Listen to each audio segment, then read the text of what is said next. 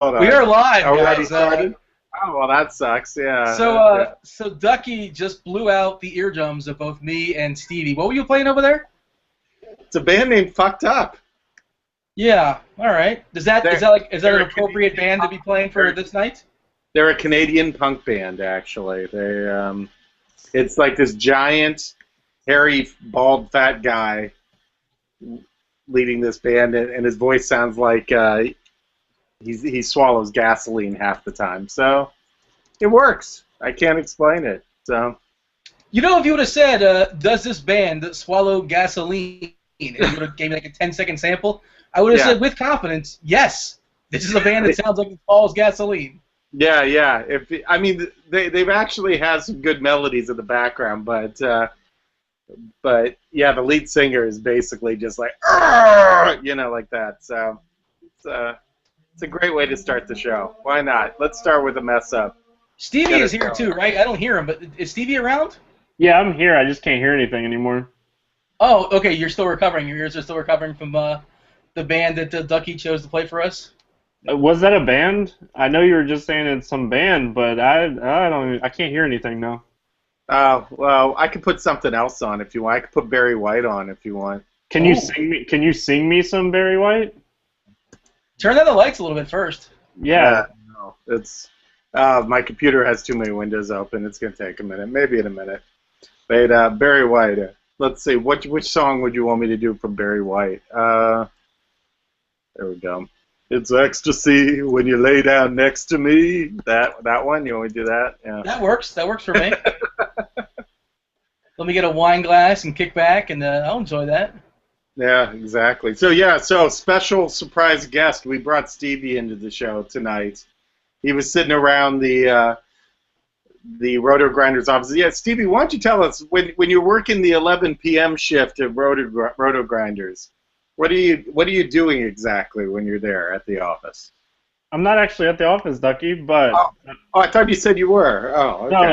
I'm working out of my office. Oh, out of your office. And Okay. just so you guys know, Josh Hamilton first came back, just hit a home run. Anyway, um, Yeah. but no, I'm sitting here and I am going through some stuff and I'm looking over chat in the forums, just doing my everyday moderation thing. So, by the way, somebody mentioned in chat they wanted me to do a Sam Kinison impression. Okay, so earlier today, I don't know if Stevie's going to know us, but I'm sure Ducky's going to know us.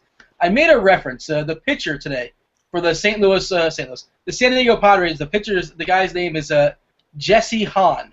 And Jesse I said Jesse Hahn reminds me of Sam Kinison because why? You don't know this. No, I will know when you say it, but yeah. Who is okay? Sam Kinison. You know who Sam Kinison is, right? Yes, of course I know who Sam Kinison is. Just by going by back to school. Absolutely, of course, yeah. So I had Yeah. referenced this, like nobody knew what I was talking about. And Sam Kinison, of course, his main squeeze for a while there was Jessica Hahn. Oh God, I completely forgot that. Yes. Oh, yeah. Wild. Yes, if you watch the Wild Thing video he did, it's Jessica Hahn's very much throughout that video. I don't know why I didn't put that together. Oh well, but no, well played. Yes. It's just a little insight into how my brain works. By the way, the reason why we're on, I guess we should mention that. We should talk about the reason why we're doing a night sweat is, I suppose that's important. Let's not bury the lead. It's the the $600,000 FanDuel Super Monster. That doesn't really suck. $600,000. We figured that was worth talking about. That was worth jumping on for little night sweats. Any excuse to yap about the likes of Sam Kinison and Jessica Hahn, I'm all for. Yes, definitely. I support that. But yes, there is business to be done here, and not just tournament of shame talk. We'll get to that though. I'm sure we will. That was a drink. Yeah, that was. If there's a drinking game for that, me mentioning tournament of shame, drink. So just get that out of the way. But, BVP yeah. and Tournament of Shame. We're gonna have a good night. Yeah, Oh no. there's going to be a lot going on. So King BBP's here, I forgot. We should mention, by the way, one of our regular chatters, the dude 404 looks to be in first place right now. Is he in the chat right now? Yeah, he's in the chat. He's in a bar, so he can't come on the show. But he's in chat and he's been talking with us probably for about the last hour or so in chat, and he's been sweating it pretty hard. And that home run for Cruz got him in a spot where he has a good chance of taking this down. And the home run for Chris Coughlin just cost them 4 points for a win. Yeah, there's a guy in 8th place that has Colin McHugh and Neil Walker going, and he has a chance to maybe run him down, but not looking like he has too much of a sweat right now. I'm going through these pages while you guys are talking about nonsense. But by the way, you said that the dude is in a bar. What's your best guess? What's the dude drinking? Come on. Jack and soda. Oh no! White Thank Russian. you. Okay, thank you, Steve. Okay, Duckie finally he recovered. I know. I came back. I know. Trust me. It's just the Jessica Hahn thing threw me off. It was a male-female thing. Didn't even enter my mind today. I blocked out Jessica Hahn out of her life, even though I did see her Playboy spread when I was a young man. I do remember that. So. How was that? Good times? It wasn't the worst thing I've ever seen. I mean, you got to remember Playboy. We're big fans of Playboy. If you've been to the mansion, Stevie, Stevie was at the mansion last time I was there. Where's my +1? Where's my invite? Maybe they'll get you to host. If somehow I get into the Playboy tournament and Dan gets in, maybe they'll have you come out and host the show. You never know. That sounds like that's in a miracle exacta box. That's not going to happen. Yeah, well, Dan got in last time. Me getting in, that's a long shot because I don't play. If I played there was supposed to be a Star Street thing I was about to play on, but I decided last minute I couldn't do it. But I love the guys at Star Street. If any of you are watching, so just want to say that. But we're not sponsored. If any of the sites want to sponsor Night Sweats, yeah. I'm not above pouring myself out. Oh no. I've proven myself that whoring is not an issue. So speaking of that Star Street grind, do you know who's in first place, right? I imagine since you're bringing it up, I imagine it's yourself. Yeah, I think I'm in first place in that tournament. Just throwing it out there. The resident you think or you know? I feel like you know the answer to this. The resident Star Street guy might be leading the tournament. No, well, congratulations if you do win that. That's It's not a sprint. It's a marathon. It's like 20 nights. So don't get too excited. Hey, yeah. I'll take the first one and build off of it. Let's go. Where am I at? What place am I in? Dean, hold on. I gotta go towards the bottom here. Scroll down. Scrolling. Oh, there you are, Dean. You're in 14th spot. All right. Out of how many teams? 30. Not a bad showing. All right. That's a CSC. Yeah, it's not a bad showing for your first not too bad day. I don't play on Star Street very often, so there's got to be a curve, like an adjustment curve of some sort. By the way, are either one of you guys in this tournament, the 600K Super Monster? Either one of you guys enter? I am not. I entered the strikeout tonight just to have a little sweat myself. But even though I have Garrett Cole and I made a nice pick with Billy Hamilton tonight, it's pretty quiet. So I think I'm middle of the pack in that. So no, I didn't. And I'm glad I didn't enter it because it would be $200 right now out of my pocket. How about you? Are you in the tournament? Yeah. I have 2 tickets. Both. Take a guess. I had the same pitcher in both entries. Who did I pick? You okay, hold on. I'm gonna go with Homer Bailey. No, never. I would need like 100 entries to consider. Here, I got a good guess. Henderson Alvarez. No, but Henderson Alvarez had the weirdest box score. I don't know if you saw it tonight. He pitched the Maddox, complete game shutout, less than 100 pitches, 88 pitches, and he gave up like 8 hits or so. That's just weird. Did he have like 7 double plays? I didn't watch the game. I didn't watch it either. I had the Octagon up on my TV with the 8 games, so I was kind of flipping back and forth on it. 8 hits, 5 Ks, no walks, 88 pitches. That's a Maddox not running away, not even close. Jose Abreu got another RBI, by the way, because he's a man. I saw that.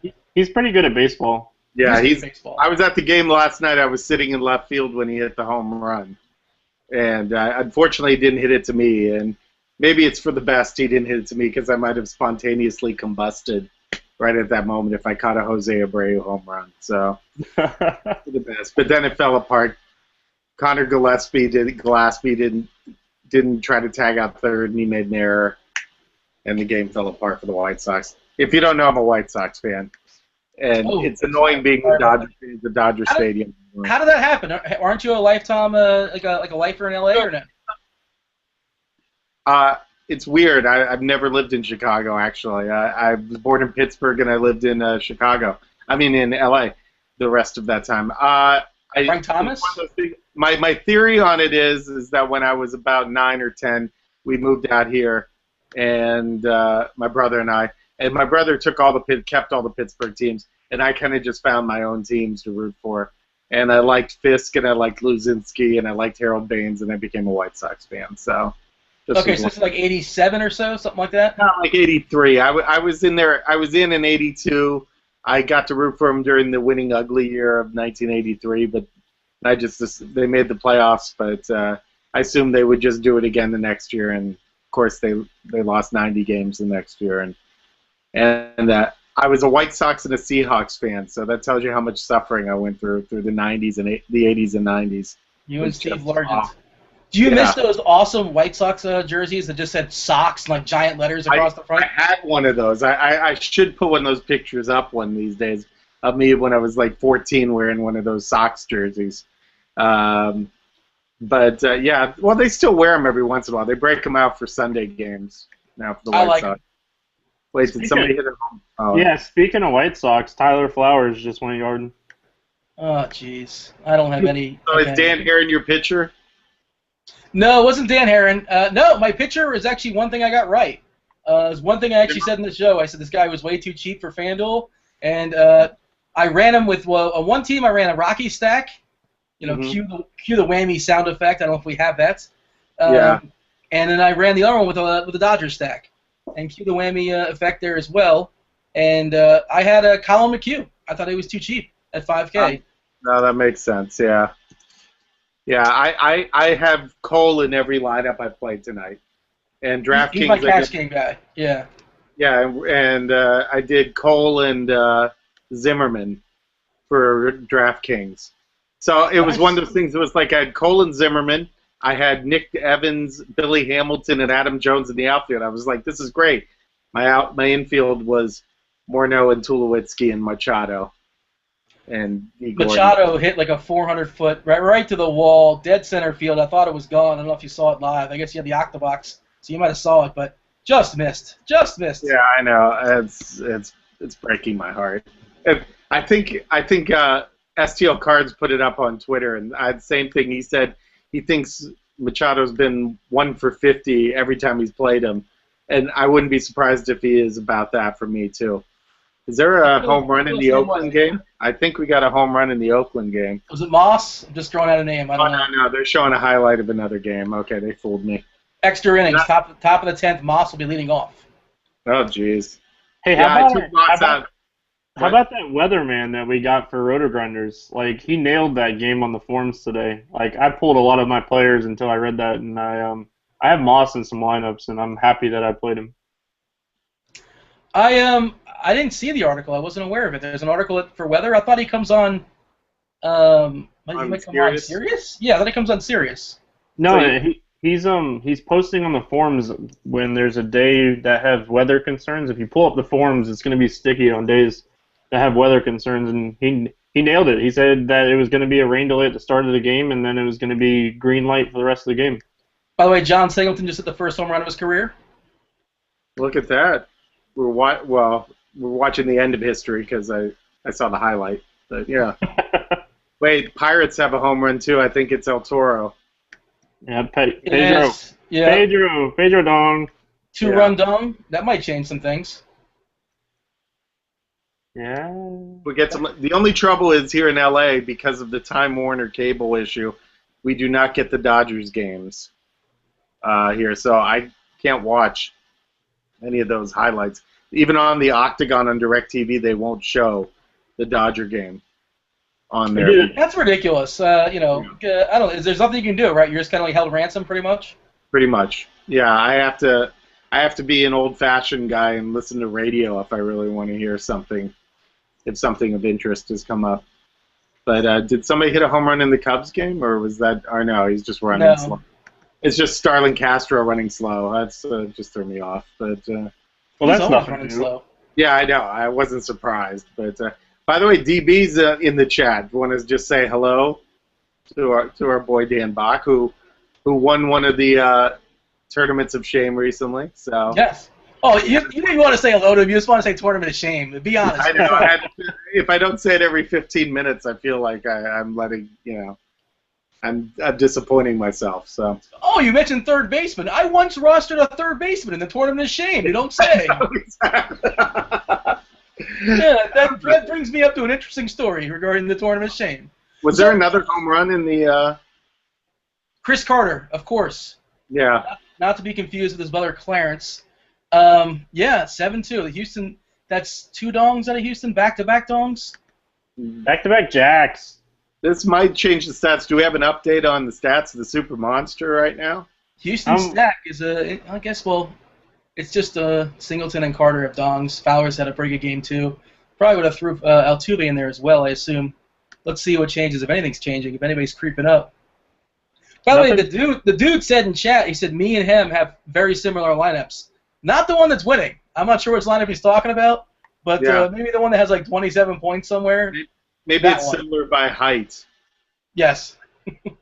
Where are you at, Dean? Do you have a chance at all, Dean? I think we have a Moss dong, by the way. No. Yeah, he just went yard. Yeah, Moss just went yard. Again, Brandon Moss. That's ridiculous. Double dong Moss. I actually rostered Brandon Moss in one of my draft street teams. The only Oakland I took anywhere. I took him in a draft street tournament, and I guess I have 76 points in that team now, so that's doing all right. With Garrett Cole. I took Moss out of DraftKings because I was scared of the weather, but it worked out. I created a Tulo lineup out of it instead, and then I did stick Nick Evans in. Well, I stuck Nick Evans in for the third outfield spot, so it worked out. But the Rockies. The Rockies are disappointing me so much. Yeah, the Rockies are a mess. I think they're disappointing everybody. So if I told you two like superstars left the game tonight early, and you didn't know anything, which 2 players would you guess have left the game early? Well, I know one of them, but I won't say him. But if you said 2 superstars left the game early, I probably would have, not knowing which games are on, I probably would have said somebody like Hanley Ramirez and looking at the games, somebody like I wouldn't consider Jay Bruce a superstar. So, but well, due to injury, that left the game. Yeah. I guess the one you know is. You told me that. Yeah, Bryce Harper would always be that answer, but he's already out with an injury. So it's I know Trout tonight went out early, and that's why we have the Colin Cowgill home run. Yeah, and the other one is he's left the game early probably 3 or 4 times this year. Only one of the top outfielders of the day, Carlos Cargo. Finger issue. I don't know. Who knows? I was in a band named Finger Issue at one point. Oh yeah, were you better than the band that you played? What did you guys play? I'm guessing punk. Yeah, pretty much. But you want me to put Fucked Up back on again? I could just blow your eardrums out again. Yeah. What was the inspiration for that name, Finger Issue? Out of curiosity. Finger Issue. Yeah. It's a long story, but let's just say the girl was a real gamer. Yeah. All right. Sounds about right. Yeah, there you go. We'll just leave it at that. I don't want to. Have you seen this commercial? It's like a Bryce Harper commercial for some phone, and then they announce it's Gary Thorne, and they're like, Bryce Harper goes another hit, and he's already over his number of hits for the month. Talk about the worst guy to sign for this commercial. I know. Well, it screws me up though every time, because if you're watching the Octagon, and then you see like Bryce Harper get a base hit, it throws you off. It's like, wait a minute. And then you realize it's a damn commercial with Gary Thorne. And it's off the Marlins inexplicably. I don't know why a Marlins pitching, but I guess they want to pick on the Marlins. But that one, and it's weird. I don't know if you have it as well, Stevie. But like MLB TV, they have the same like 6 commercials playing over and over and over and over. And even if you have the volume off, it overrides that somehow, and it still gets on on your speakers. It's the weirdest thing. Do you have this issue as well, Duckie? Actually, you mean on your laptop? It does that? Yeah. I have ad block on my computer. Oh. So I've gotten rid of all those commercials. It's great. I'm not smart enough to get rid of that. Yeah, I recommend that. Just did a walk-off in the Cubs game. Yeah, we got it. I could tell you who. Nate Sherholtz, I'm guessing, did something? It did look kind of natty, but How does a play look kind of natty?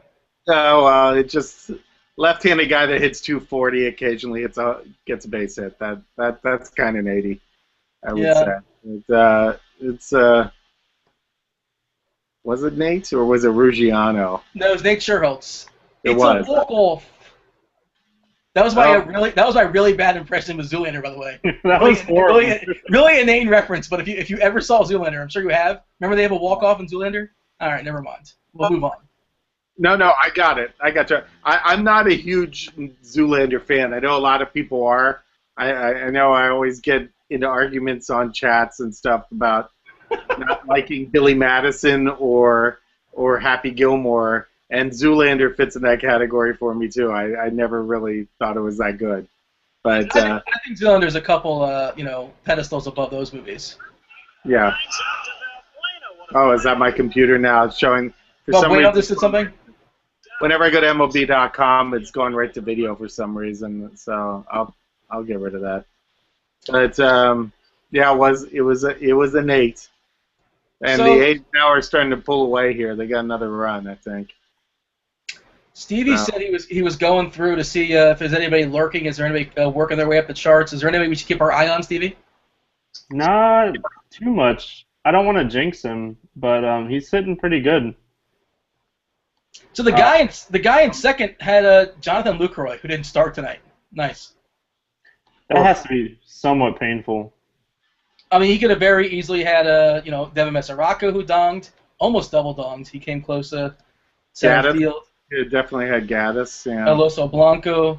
Yeah, that's kind of tricky. I mean, FanDuel, it's not always horrible because you don't get the -1, but yeah, it's still horrible. I'd rather take the shot. Oh, come on, computer. Stop showing me video. I don't want this anymore. Looks like Pittsburgh is 4-0, 2 guys on. I'm turning off MLB.com just so. There's a guy in 12th that he has Cole, Abreu.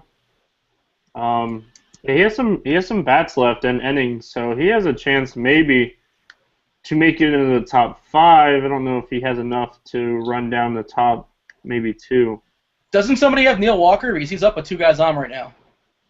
That guy, I'm trying to find that lineup. A lot of changes in the last 2 or 3 minutes here with that Moss home run. Moss was 5% owned tonight, 4.8%. I was just gonna ask that. I liked Moss too, but I was scared up by the weather, and I guess I shouldn't have been. Moss is not a fan of rain. I've been burned by rain the last couple weeks, where I put in a lineup and thought the game was going, and sure enough, I think it was that Washington-Florida game a week or 2 ago. I think I complained about that. I had Henderson Alvarez and Jordan Zimmerman in separate lineups, and the game got rained out. And I was like, okay, there's 2 of my 3 lineups down the drain. But, yeah. Go to Redbox, rent a movie. Yeah. The guy in ninth. Sorry, didn't mean to interrupt you. But the guy in ninth is the guy with Neil Walker, with McHugh and Adrian Beltre. There's a guy in third place, only 5 or 6 points back. He's got both Jose Abreu and Yasiel Puig, so he's lurking. So he loves the Cuban right now. Yes. So, let's see. Minnesota game's over. Baltimore game's over. And Oakland seems to be hitting batting practice off this Yankee pitcher, whoever's it. So I'm getting I got the link right now. I'm putting it up on my computer here, so I could follow along with you kids. But Tulu at least gets one more at bat. He's been terrible, but he's got one more at bat. He leads off the bottom of the 9th inning. Oh, he does? Okay. But you can find me in the tournament on the Super Monster in 1,300 place. Oh, nice. At least you're competing. That's you gotta give yourself credit for that. You're out there competing, unlike me, who is just being a big pussy and doesn't want to spend the money right now. So I'll give you that. I nailed my Mesoraco and Beltre pick, but Tulo, Cody Ross, and Carlos Gonzalez are killing me. I think me and Cody Ross might officially break up. I don't know. I sent him a text I might take it back, but there's a pretty good chance we're gonna break up. Yeah, Cody's been a little disappointing, I have to say. It's one of Al Smizzle's favorite players because they sat together, I think, at a blackjack table, if I recall correctly. So he seems like the nicest guy. Not Al. Well, maybe Al is too. I don't know, but I was talking about Cody Ross. Al's all right. He seems fine. Yeah, sure. Yeah, but yeah, Cody Ross, if I recall, was a very nice guy. So, does Duckie know the story of Cody Ross, Dean? Oh well, yeah. Cody Ross was like the first guy that I hit a GPP because my first ever GPP on like the first or second night I ever played was thanks to Cody Ross off of Brady as a Red Sox. So me and him have been in love ever since, but I think we're gonna break up. I think I'm gonna move on. Yeah, you have to do that. It's I feel the same. Garrett Cole actually is the one that got me in the DFBC. So I try to have, and he's a UCLA Bruin, so it's like double right there for me. So I try to have Garrett Cole when he's playing. Unfortunately, in my yearly team, I don't have him. Alvin does. We're in the same league together. He's in first right now. I'm in second. Are you guys on an Alvin-Sean basis? How does that work? Yeah. We usually call each other by our names. None of my friends refer to me as Duckie except for the people in the community. That's horribly disappointing. I did not want to know that. I feel like I wish I could unhear that. Does that bother you in some way, Stevie, or is that just me? Yeah, I feel like we're on a friends basis. We explored the Playboy Mansion together, and I can't even call you. I have to call you Duckie. Like, I don't know. I'm kind of hurt, Dean. He hurt my feelings. No, you could call me whatever. You could call me Duckie or Sean. You have free reign on that one. It's fine. I certainly don't want to limit you. I want you to feel comfortable with what you want to call me. So. Well, now I want to call you Sean. You can call me whichever one you want. And Alvin just blows my mind. You call Al Alvin? Yes, I do, actually. Yeah. Do most people in his life call him Alvin? That's a good question. I think more people do than don't. Yeah. That's disappointing too. I mean, it's just, we have our personas here at the DFS, and we have our other lives outside of that. So no. I mean, honestly, yeah, it's kind of weird. I have the only other time I was called Duckie in recent years was when I was on a basketball team and we all had nicknames on our uniforms, and that was about it. So I had Duckie on there. You're like Trailblazers. The Miami Heat stole that idea from you, huh? Basically, yeah. We were wearing those sleeveless N1 jerseys, and Al was on the team, and I was on the team, and Kevin was my brother. Rubble was on the team, and it was. How was this team? Were you guys successful, or you guys just got okay? Because we kind of brought on a couple junior college guys. Yeah, we had a couple ringers on the team, so we were pretty good. You tried to clean it up. What'd you call them? Junior college? What? I mean, come on, they're ringers. Let's be honest. Yeah, no, they were. We had a couple JUCOs playing on the team, so it's so we were usually either first or second in the league. I mean, I was decent. Al was decent. My brother, believed he was decent. So it's a long pause there. Yeah. He was kind of on the downward slide of his career at that point. I'm gonna text Smizzle and tell him that you said he's absolutely horrible at basketball, and tell him to watch the show later. I never said that. Dean, didn't you hear that? I swear. That's what I heard too. Was Al like a player coach? On our team, I mean, there was 4 guys that had coached on different teams, so we didn't really. How serious is this league? You guys had 4 coaches? Well, no, I mean 4 of the guys on the team also coached. Oh, gotcha. So we didn't really have a coach, but we didn't need one. I mean, pretty much, we didn't have to run real plays. All we had to do was get the ball to the 2 junior college guys. Yeah. And things like that, and just don't lie. Smizzle had a whiteboard, and he was over there drawing up plays at every timeout. And seeing that you guys had the junior college guys, it was probably alley-oop from the 3-point line. It was we all shoot 3-point jumpers, and they rebound and put it in. Yeah. that was pretty much a good offense for You us. know who had a strategy like that? The Orlando Magic 3 years ago, 4 years ago, when they went to the finals against the Lakers. They had 4 3-point shooters in Dwight Howard. Yeah, just gone and let Dwight clean it up. Haydu Turkoglu and Rashard Lewis. It's not the worst strategy in the world. If you got one or two rebounders, it's not the worst strategy. So. Oh yeah, well we had Dwight Howard and we had the Rashard Lewis. You know, the guy that is trying to pick up his. By the way, it's we. Yeah, I'm a Magic fan. Oh, okay. I can't be like Dean and jump on the Heat bandwagon. Yeah, because I've only been a Heat fan since the days of Bimbo Coles and Kevin Edwards and John Sunvolt and Ronnie Cycli. But yeah, I'm jumping on the bandwagon. I'm just giving you a hard time. You know, Jermaine O'Neal is your favorite player of all time. Of course, absolutely. By the way, is he lurking at 94th? He's in 94th place. That's pretty solid. It's a good showing. Oh, He's cracked the top 100, and he's got Garrett Cole. Oh, is that DB? Yeah, he's in the top 100. Yeah, he's been giving us updates there a little bit on the chat. So. Oh, We have a Tulo dog. Yes. It happened. Oh, there it is. Tulo dog. That changes things. That's going to change everything. That changes everything. I like it. That's going to give us something to talk about here. Yeah, I know. Can they tie this game up, or is there still down by 2, bottom of the 9th? Addison Reed can give it up. Oh, here's Carlos. Oh, wait, he's out of the game because he hurt his finger. Yeah. That would like boost my team. I'd jump from like 1,300 to like 1,200. Oh, I knew I had Carlos Gonzalez in that team. Never mind. Sorry, I thought my draft street team was in play. I thought I had Tulowitzki on it, but no, I have Carlos Gonzalez. Nice, good times. Do we get any new guys in the top 10? They haven't updated. Oh, it just updated. All right, we got a guy that moved up to 7th now. He has Russell Martin, LeMahieu, Alvarez, and Tulo. I don't think he's really still not in play. How do you come up with that lineup?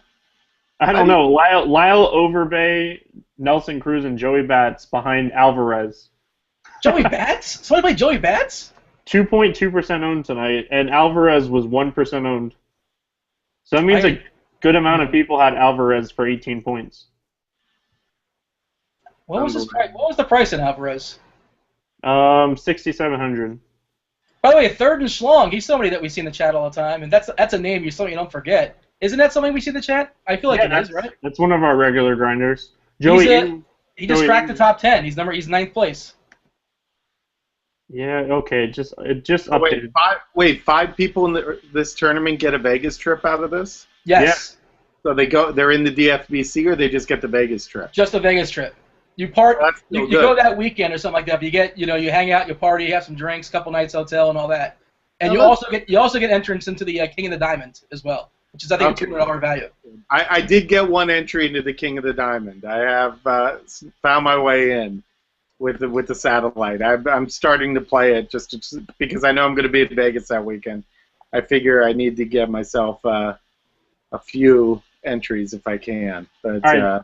I got one for you guys. This guy in 9th, and we've already talked about him, but he has Garrett Cole and Jose Abreu. Ooh. And he's only 8 points out right now. I think that guy is going to be the sweat for the dude right now. I think that guy has a really good chance. Cole's not losing tonight.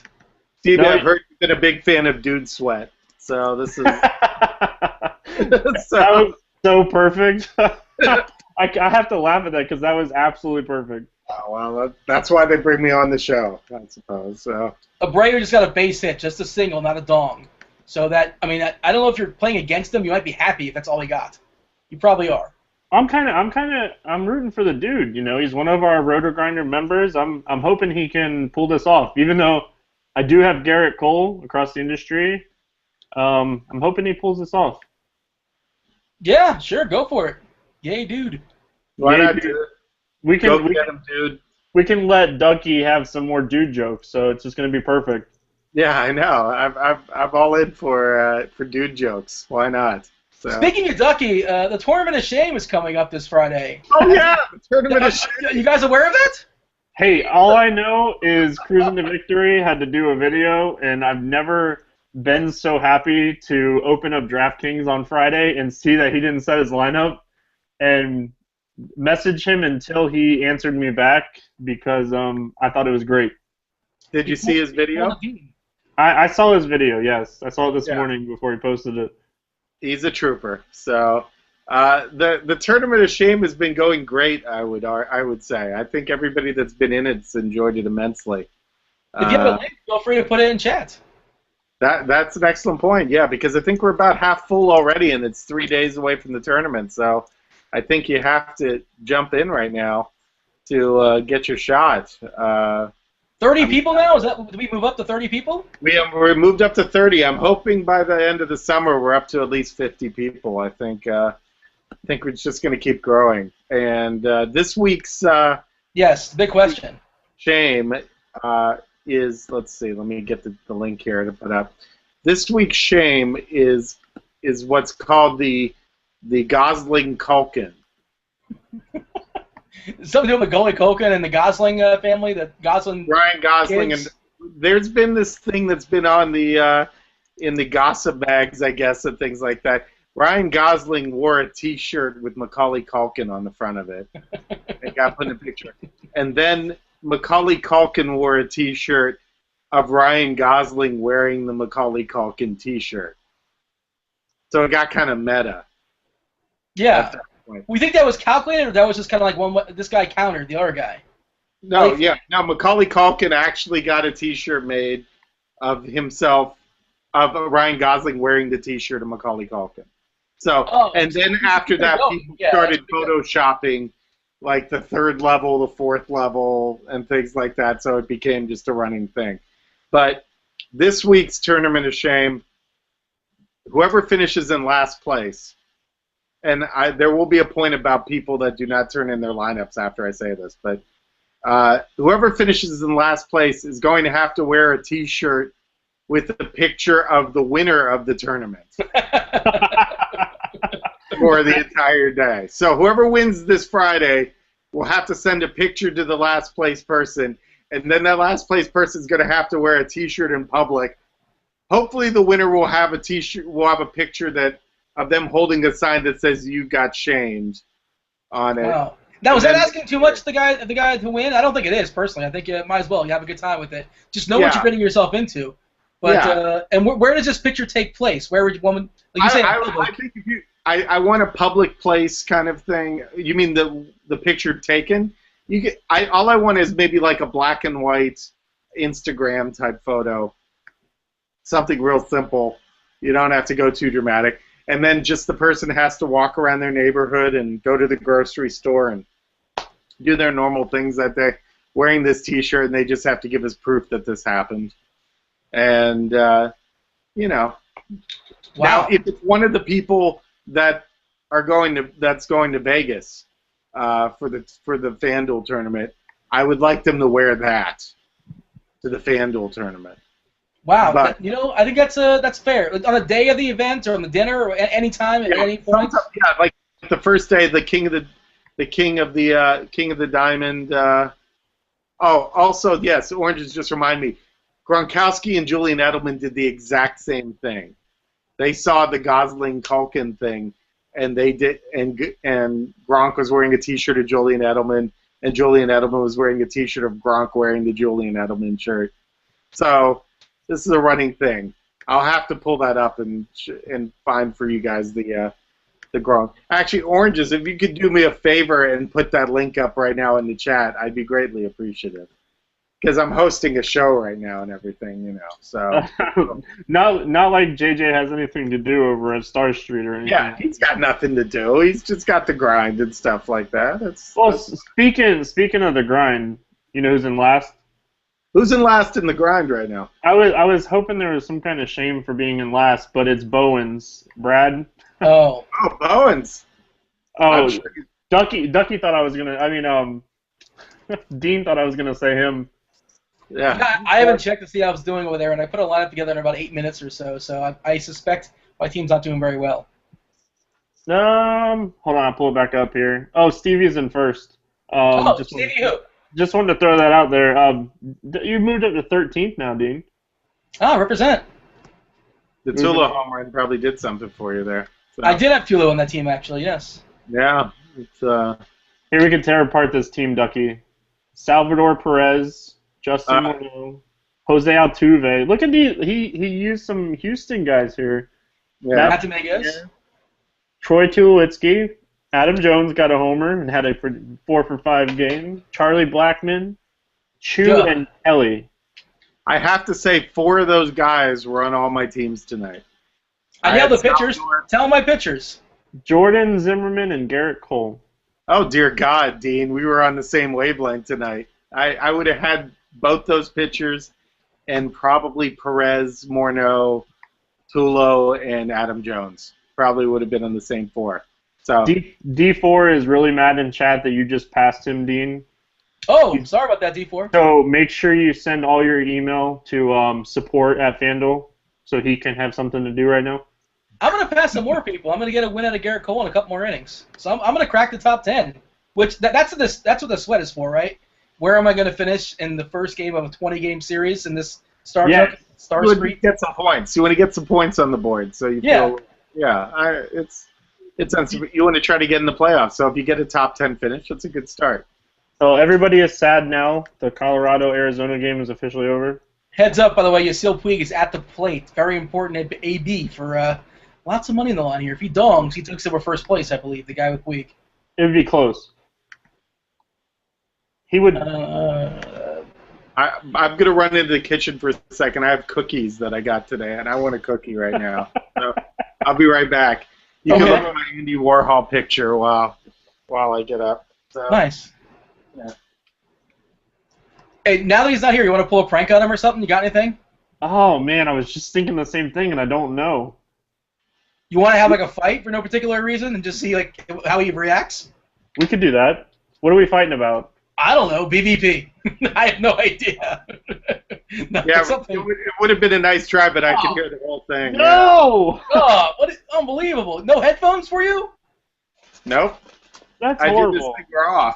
You're not even... Get out of here.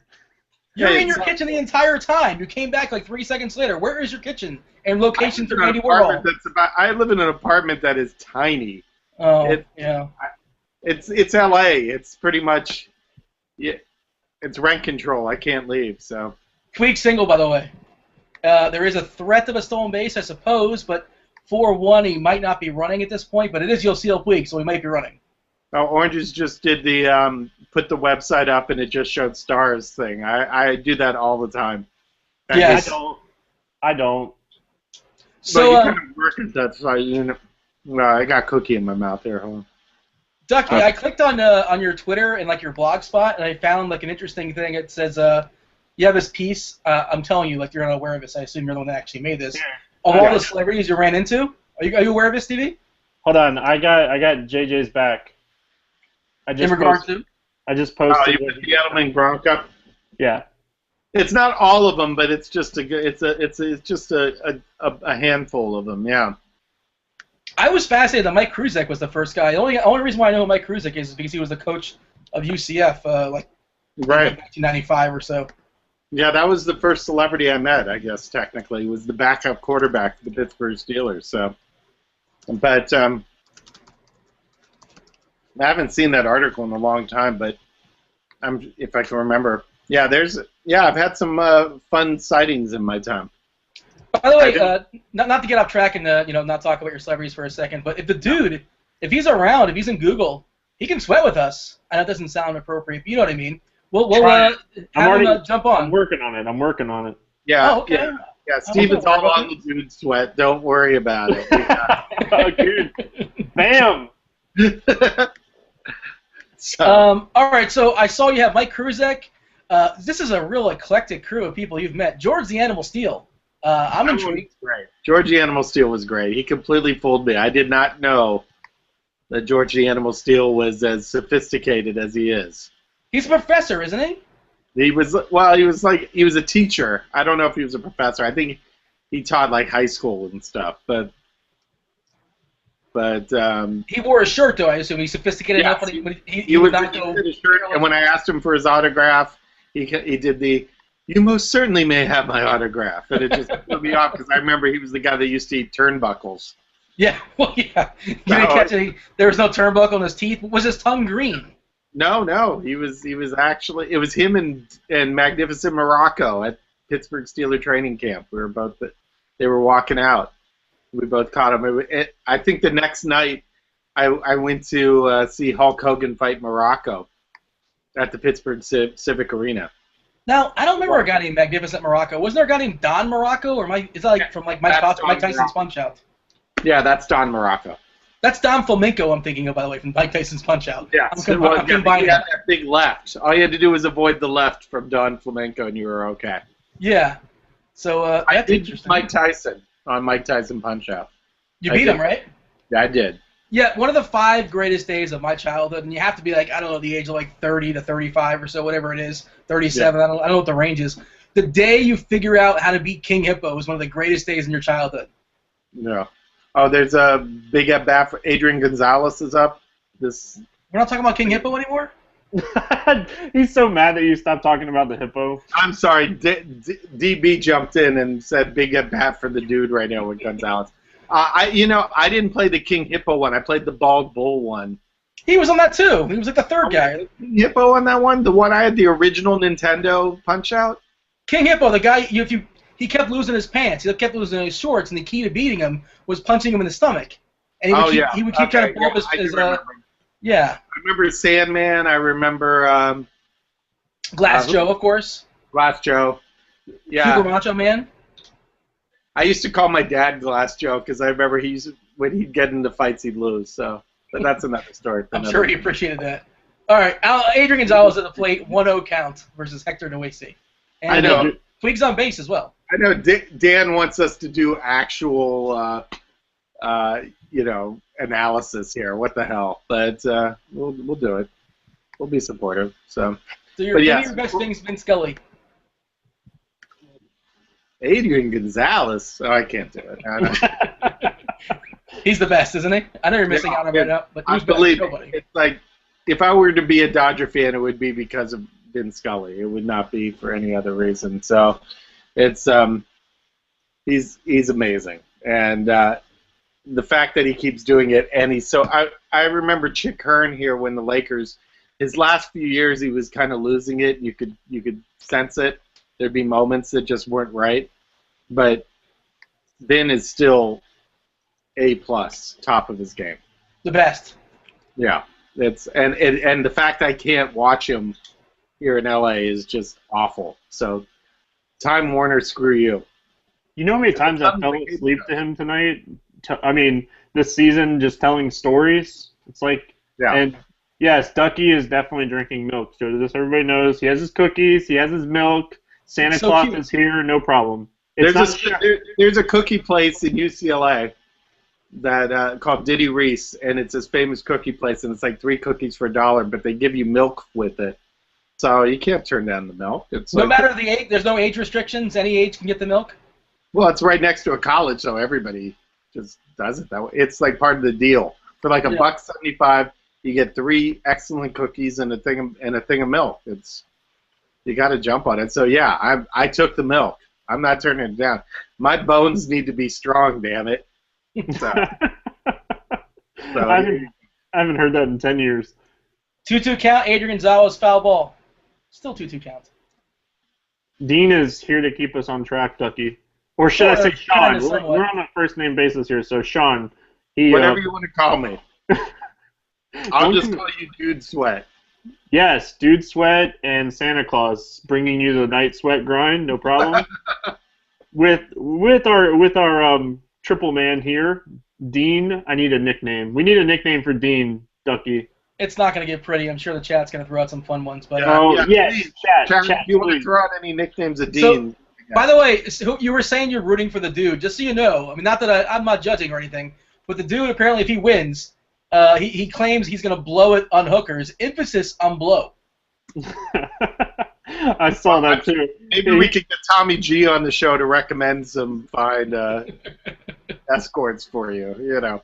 Oh, I could hook that up. I could get Tommy G on here in about 2 minutes. Yeah, we need drunk. Aegon struck out, by the way. Oh, did he? Well, yeah. okay. We'll see what happens on that. So, but I think the Pirates are going to make a nice little run again. I think they finally have their team together, and Polanco's coming back, or coming up, I should say. I think they might actually move up in the standings again. But it seems like there's 14 teams that are around 500 right now, so the playoffs are still kind of wide open. There's some baseball analysis. Thank you and good night. Yeah. I was going to change the subject immediately. What do you mean? There's there's standings? What are you talking about? Yeah, what are standings? I know. I don't know. But I gotta say, by the way, this is interesting. Jordan Mercer's up with 2 outs. He's the number 8 hitter. If he gets out, Cole's gonna go back out there. He did get out. Okay, so that means Cole's gonna lead off next inning, which means pretty much this is gonna be Cole's next inning. If you just kind of if you watch National League Baseball, it's kind of how it's gonna work. Cole probably only has one more inning, and he has 81 pitches, so he's pretty much gonna be done. Oh, he's done then. Yeah, he's gonna go one more, unless he gets a 7-pitch inning. He's done. Yeah, I mean they might if it's yeah, if it's 4-0 and he's at 89 pitches or so, something like that, they might let him go one more. But usually they'll just pinch hit for him. It's just kind of how that works. And for whatever reason, Garrett Cole, I guess maybe because he's younger or whatever, they don't really stretch him out to 115 pitches. So yeah, he needs for anybody that's playing Cole right now, you need 3 strikeouts in a row, and the Padres definitely could do that. Pinch hitter, Everett Cabrera, and then Chase Headley. Hey, speaking of your T-Mobile commercial for Bryce Harper, it just came on. Anyway. Yeah, he's over his coverage for number of the hits. I guess he's only allowed 3 hits a month. It's a weird tie-in for hits and coverage, and they're trying to say he's got too many hits for the month. I don't know. It's really strange. All I want to know is why the chat's not giving me and Duckie nicknames for Dean. Because I diverted the conversation. You didn't catch that? No, that's not how this works, Dean. Me and Duckie will overtalk you just so we can get some. We'll bully you. Yeah, we're bullying. Another cookie. All right there, incognito. You can ask Duckie, Dean. I'm a pretty big dude. I think I can bully you. He could probably bully you. And I'm sensitive too. Just one push and I'm done. Perfect. Now give me some nicknames for Dean, guys. Let's go. By the way, speaking of the MLB app, the weird commercials they have you seen the one with the Wendy's girl, where she's she just randomly runs into a little chick soccer player, a 9-year-old girl playing soccer? Yeah. This one. It's the weirdest. It's I just thought it's so creepy, and I'm like, well, what if this wasn't the Wendy's girl? What if it was a 50-year-old guy and the script was exactly the same? It would be bad. Yeah, it's just I don't know why she's walking up to random girls and giving her ice cream and asking her about her soccer game and if she got kicked. I don't know. It's very strange. It popped up earlier. I thought of it. Well, I've noticed that on Twitter. This morning, I think it was Jen Sturger. Do you know Jen Sturger? I feel like I know the name. She was the girl that was famously known for. She was at a Florida State football game, and they showed her in the crowd, and Brett Musburger just went nuts over her. And she actually kind of built a career out of it. And she was she knew a couple friends of mine, so I was following her on Twitter. And she wrote something random today, and about her mom. And the guys were responding back just, well, if your mom's as hot as you, stuff like that. I'm just going, do you think this works? Do you think Jen Sturger's sitting there going, wow, you seem like a really nice guy? I'm going to get to that. I never understood when people do that. If you have an actress or somebody on Twitter and they it's like they inadvertently try to hit on these people. They don't care about you. It's the same idea when they go, are you single or married? You're married? Oh, that sucks. You had no shot anyway. Why are you upset? What are you getting disappointed over? You are not going to get picked. It's better off he's married and you're not disappointed, or she's married and you're not disappointed. It's very strange why this matters to people. I don't get it, but okay. Yeah, I mean, I do it too in a way though. You see somebody go, oh, so and so's marrying so and so, and you just go for a moment. You go, ah, but then you do come to your senses and realize it wasn't going to happen. Yeah, it wasn't going to happen. Rachel McAdams isn't going to date me next week. It's not. Now, if that happens, oh yeah, Jen Sturger was part of the Brett Favre scandal too. I think that was one of the girls Brett Favre was sending dick pics to. So. Oh well, there you go. That's pretty impressive.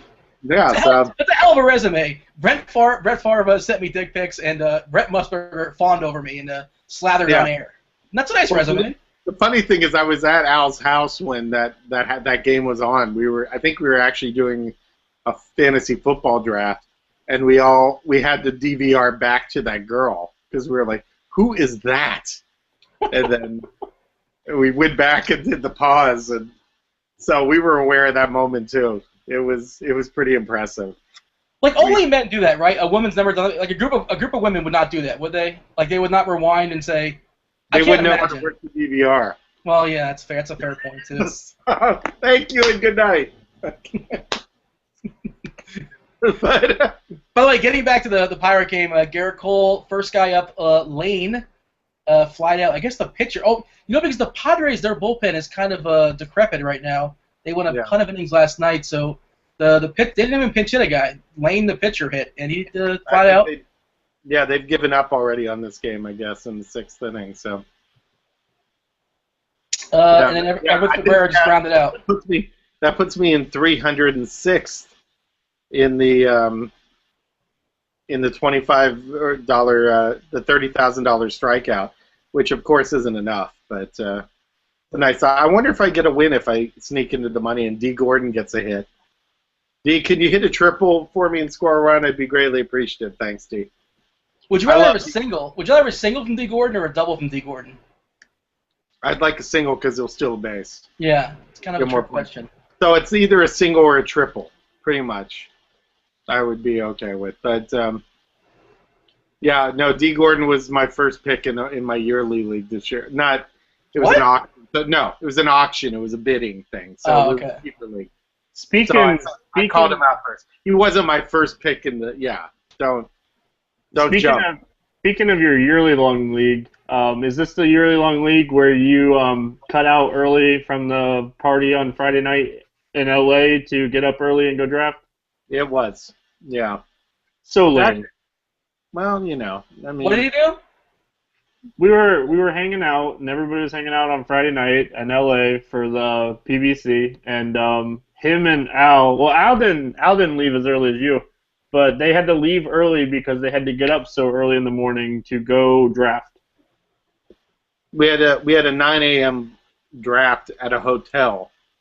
9 a.m. and they cut out at 9 p.m. Come on now. At least season-long leagues are archaic enough, and I have to keep doing them because I'm in a couple leagues with my friends, and how else am I going to talk to my friends, right? But if you're still doing snake drafts, like if snake drafts in 2014 are kind of like leagues that didn't do percentage points in like 2008, 2009. When you're doing like this guy gets 8 points in fantasy, and this guy gets 9 points, and he needs 2 more yards to get a point. What? Does nobody understand decimals? We have calculators. We have the internet. I don't understand why any league would do rounded points. I think NFL.com still does that, which is ridiculous. It's those days are long gone. Yeah, I used to be in the leagues where I lost leagues because the quarterback didn't get 25 yards. He got 23 yards, that kind of thing. Or he had 297, and the only bonus points were for 300 yards or something like that. Yeah, that's another thing. I don't know how I feel about the bonus points, but the idea that 21 yards and 29 yards are worth the exact same amount of points to me bothers me. No, we used to do it where you didn't get yardage points unless you got 300 yards passing. Oh, ridiculous. Yeah, that's how long ago. That's how long ago I used to do it. It was like 100 yards rushing, 300 yards passing. It was touchdowns and 100, 300, and that's it. What kind of Nazi league is this? That's the most insane thing I've ever heard. This is when you first started. This back in the old days of fantasy football. That's how it used to be. That's how the regular leagues used to be, and then they started going, hey, wait a minute, we could give more points away. So it took time. I guess so. They didn't have strikeouts and runs scored in the yearly leagues when it first started. It was 8 categories. DB saying in chat, we don't have decimals and snake draft in our league, plus no negatives for interceptions or fumbles. Worst league ever. Yeah, I imagine that is the worst league ever. How could you? Okay, give me the argument. I don't know if either one of you have the argument for a snake draft versus an auction. Go, because there isn't one. There isn't one. We do for the Roto Grinders season-long leagues. We do a snake draft, but why? There's 16 teams. Can you imagine how long an auction would take? Well, that's the thing. You can't get if I want so and so. If I want Peyton Manning and I draw the 15 post, I can't get Peyton Manning. So it's just why can't I get anybody I want to get and I'll figure it out from there. Yeah, by the way, that's strategy, isn't it? Don Show still has buddies that play in a 100-yard, 300-yard CD league. They still exist. I'm telling you. Do not send me an invite to that league, please. Incidentally, Garrett Cole's in a little bit of trouble. 2 guys are on. Seth Smith and Chase Headley got base knocks, and Yonder Alonso's up with 2 guys on. So hopefully he gets out of this. It's definitely his last inning. Yeah, Bud regrets having the pitcher lead off the inning, I suppose. Yeah. This could really change a lot right here. It certainly can. If he was to give up a 3-run homer right here, I would really like the dude's chances to take this down. The only issue is it's Yonder Alonso. He can run into one every once in a while, and it's in San Diego as well too, and it's also Garrett Cole. But maybe possible, I suppose. Yeah, should I care more about the dude winning thousands of dollars, or should I care more about my team in the $2 moonshot? This will define what kind of man you are. Oh, another base hit. By the way, Alonso just drove in a run, single. So I imagine the bullpen's warm, or they might be bringing somebody in shortly. The bullpen here in a minute. Yeah, I think we're done here. Jerk stores go mild. So.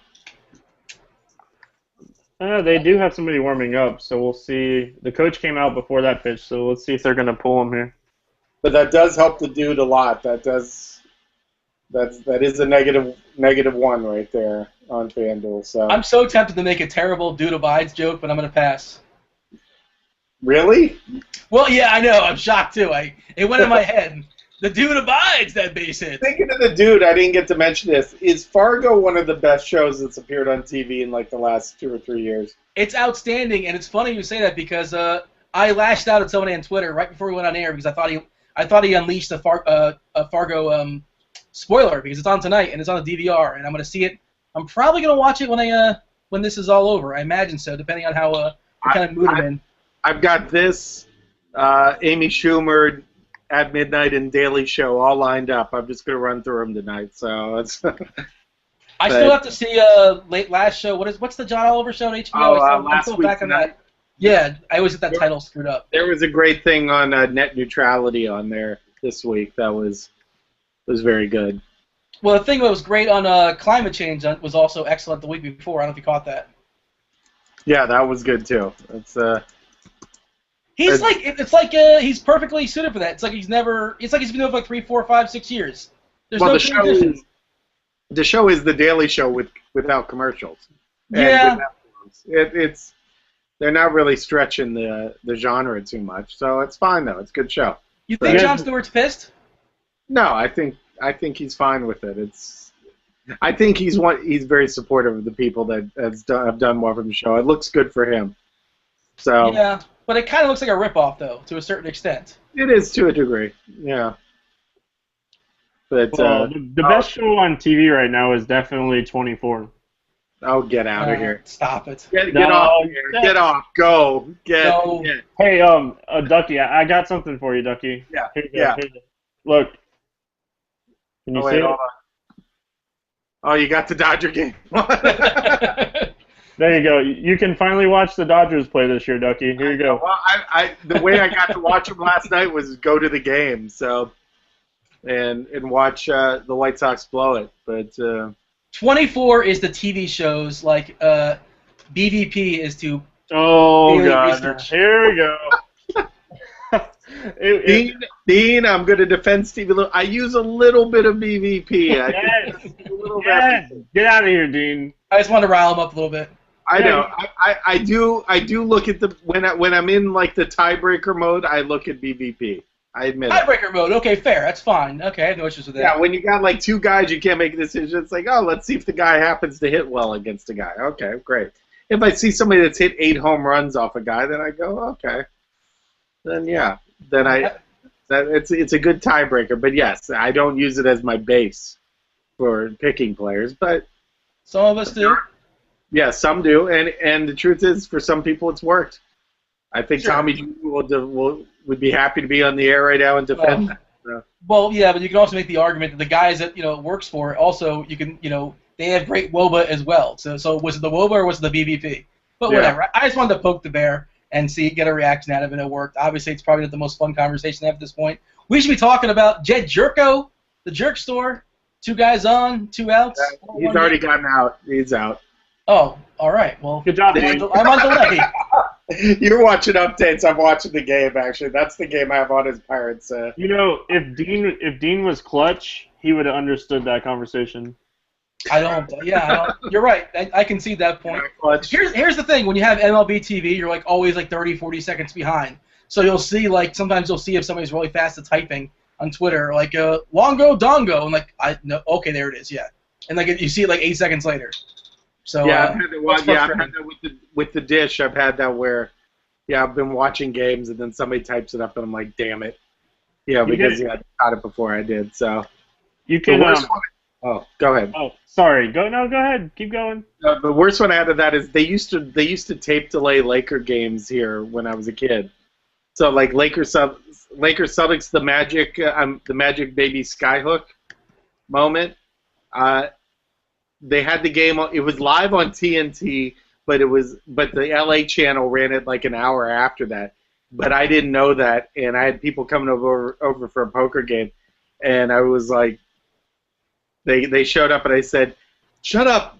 Lakers are down by 1. Magic's got the ball." And they said, "Oh, that game ended." I was like, they told me, "Oh, Lakers won," and then I saw Magic do the baby skyhook, and I was like, "God damn it!" So, back when I didn't hate the Lakers. That was the first spoiler ever on record. Yeah, it was an official spoiler. Yeah, I was pissed because I think another friend of mine was over there too. Because there was no MASH spoiler. You either watched MASH live or you didn't watch it. Exactly. I mean, if you were on the East Coast and you called somebody on the West Coast, that was about it. But yeah, you had to actually make full effort to do that. If if you wanted to say who killed Laura Palmer or something like that, you could have done. I didn't watch MASH, for the record, by the way, incidentally. You didn't watch MASH? No, I've never watched MASH before. But you were kind of young for that. What's that? You were kind of young for that. I guess so. Yeah, I suppose. Yeah, I missed the MASH era. Yeah, it's. MASH was a pretty good show. It was a good show. It deserved it deserved the credit it got. So. I have a baseball question for you guys. Oh, a baseball question? What's that? Okay, right. yeah. Honest baseball question: who is a better hitter, Paul Goldschmidt or Edwin Encarnacion? Better hitter in what capacity? What do you mean? Overall better hitter. Probably Edwin. Oh, you're gonna make me lose my mind too. Yeah, I don't know. I might lean toward Goldschmidt there a little bit. But, I don't even think they're in the same league. Yeah. Technically they're not. One's the American, one's the national. See, perfect. You got my joke there. But no, I think it's closer than most people would say. But I think Goldschmidt is a better hitter than him. And I don't even know. You want Edwin in a hot streak. His hot streaks are better than anybody's. Goldie strikes out a lot more, if I'm not mistaken. I feel like Edwin only struck out 5 times all of last year against lefties. Yeah, he does strike out more, but his numbers last year overall were a lot better than Edwin's. I don't know. I think I'm taking Edwin. I'm going E5. Yeah, you're definitely not clutch. Certainly not. Me and Bill fought about this for an hour or probably about 30 minutes, and there's no way. If I'm gonna build a team, I'm gonna build a team around. Yeah, let's see how they do both against Randy Wolf. Let's look that up and see if that. The BVP versus Randy Wolf will decide it. It's a tiebreaker. Yeah, go look it up. BVP, Ike Davis tomorrow. No, stop it. Ike Davis tomorrow. Play him tomorrow in the Star Street contest. You're gonna plummet from first place. Okay, I'll play him tomorrow. Hold on, let me write that down. Getting my notes over here, Dean. 4 for 9 with 4 home runs in his career against Ian Kennedy. Hold on. Oh, stop it. Hey, my brother's joined the chat. Oh, nice. What's up there, Rubble? DFBC finalist, Rebel 44. Yeah, how do you feel about that? Is he showing you up by doing that, or are you okay with that? No. I'm honestly very happy for him. I think it's great, but I hope he wins. I'm happy. Because he owes me a couple grand, so I'm okay with it. Well, there you go. We all have our ulterior motives. Yeah, but there's some chat thing going here that says my brother's kind of mean. Is he? My brother's not mean. He's actually kind of a sweetheart, but he just says the wrong thing quite often. Does he speak in third person? Is he the big man? I don't know. Rebel, go ahead. Let's It says the big man has arrived. Is he speaking of himself? Yes. Okay, so he speaks in third person. Yes, Or he types does. in it. He types in it at least. He types in third person. Yes. Incidentally, the White Sox just ground into a double play, so it's 4-1. Bottom of the seventh, LA, and top of the order. So your boy Gordon's leading off. He's probably going to get 2 ABs. Looks like so. Gordon, Ethier, Puig. There's some last hope. I actually have a Dodger stack. It's just dying right now. I was going to say those Dodger stacks are doing great tonight against the man Hector Noesi. So yeah, I had two tickets in this tournament. I ran out Colin McHugh on both of them, so I could spend some money, and I spent that money not so wisely on the Rocky stack and the Dodger stack. Good times.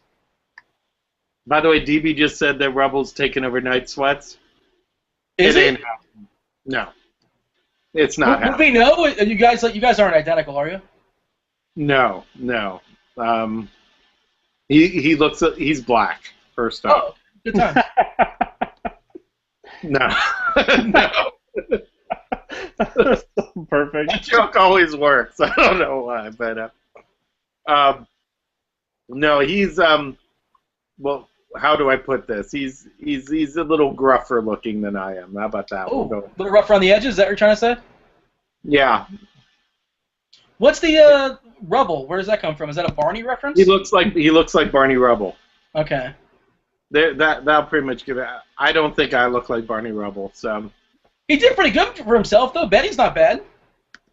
No, Betty. Well, no. I mean that's the typical thing on TV. There's always it's the Jim Belushi thing. It's yeah.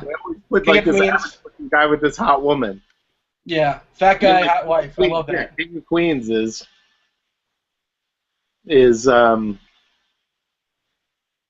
even though she's what are you eating now, by the way? I see you chewing. What are you eating? Finishing my last cookie. Oh, okay. But we still have people doing Edwin is better. Okay, well. Hey, question. So I finally downloaded HBO Go. Don't judge me, but inexplicably, for one reason or another, I never watched The Wire. I know. Brace yourself. I'm a horrible person. But I want to get on board with this. At the same time, it's a huge undertaking. It's like, 5 seasons or so? Big undertaking. At the same time, I have like 3 or 4 people, 5 people telling me I have to start watching Game of Thrones. Now, I don't care for fantasy. I don't care for dragons or I don't know what's going on there. I haven't actually seen it. I'm aware. I think there's dragons. There's thrones. I don't watch Game of Thrones, and I have about 50 friends that are yelling at me for that fact. Yeah. Okay. I'm feeling like I have to pick one of these two, and I've downloaded HBO Go.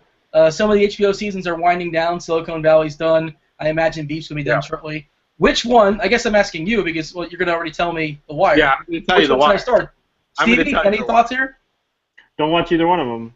Oh yeah, because 24. I haven't seen any episodes. I better get caught up on 24. What's happening this week? Do you know what show that one of my favorite shows that I'm getting my girlfriend to watch from season 1 right now? Have you ever watched White Collar? No. One of the worst produced shows of all time, but it's so interesting that I can't stop watching the show. Yeah, the USA Network shows. My brother watches a lot of the USA Network shows. I don't. One of my friends created Suits. He was the creator of Suits. That's a good show too. I haven't watched an episode. Did you tell him it's great, or did you bullshit him, or you kind of tell him like, yeah, I haven't got around to it. Maybe one day. It's great. Yeah, that was a hell of an episode this week. Yeah, but.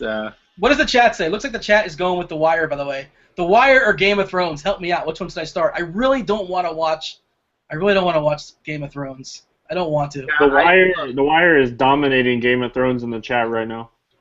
But I'm going to give you a sneaky HBO series that nobody really talks about, and I feel like doesn't get enough credit. And it's one of my favorite HBO shows of all time. Not my favorite. You watch Looking?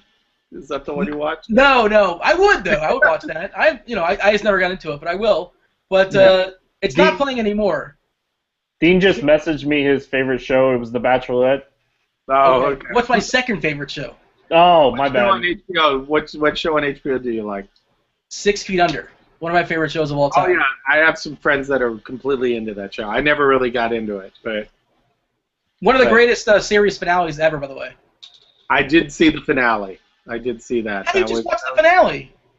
Well, because my friend told me to watch the last 10. Since I didn't watch the show, and I wasn't going to, he said, "Watch how they did the last 10 minutes of the show," and I was like, amazing.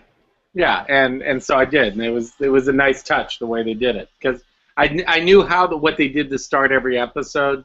I knew all that, and so I knew the basis of the show. I'd seen a few episodes here or there, so I did watch the ending, and it was good. DV's recommending Dr. Quinn, Medicine Woman. I think I'm going to pass on that one. Yeah, that was a great show for Pat Summerall, though. Just I was like, tonight, after 60 minutes, Dr. Quinn, Medicine Woman. What was funny is later on you would hear him endorse like The Simpsons. It's like, the Simpsons coming up. But I don't know, was he drunk then? I don't remember that, but he probably was. Tonight, Homer comes up with an insane situation, and then your local news. Yeah, exactly. Yeah, it was. Wire's amazing. Wire's amazing. But I will say, it's one of those ones you'll watch the first few episodes. You'll kind of be, where the hell am I on this show? And it's like a puzzle. Once you get through, let's say, the first season, everything kind of comes together, and it's definitely, if it's not my favorite show, it's up there. But of course, I'd say you need to watch all the Twin Peaks too. I'd say that too. I'm losing the guy's name, the guy who created The Wire, but I'm the only guy in the history of the world that didn't watch The Wire but watched his other series. I watched every episode of Treme. Oh, you watched Treme? Yeah, David Simon. Yeah, that's his name. You guys watch some horrible TV. You need to be watching. Yeah. Go back to watching your According to Jim episodes that you got DVR'd. How did you know? According to Sean is my favorite show. You know what? That would be a great show. I'd tell you right now. If you watched According to Sean, that's If there is a hell, there's like an 80% chance that According to Jim is playing in hell. Correct? I would say so. Yeah. I never put Jim Belushi on that article. I did meet Jim Belushi at a car wash once. Oh yeah, how was that? And I was wearing my White Sox jacket. I had this great White Sox Letterman. I was a Cubs fan.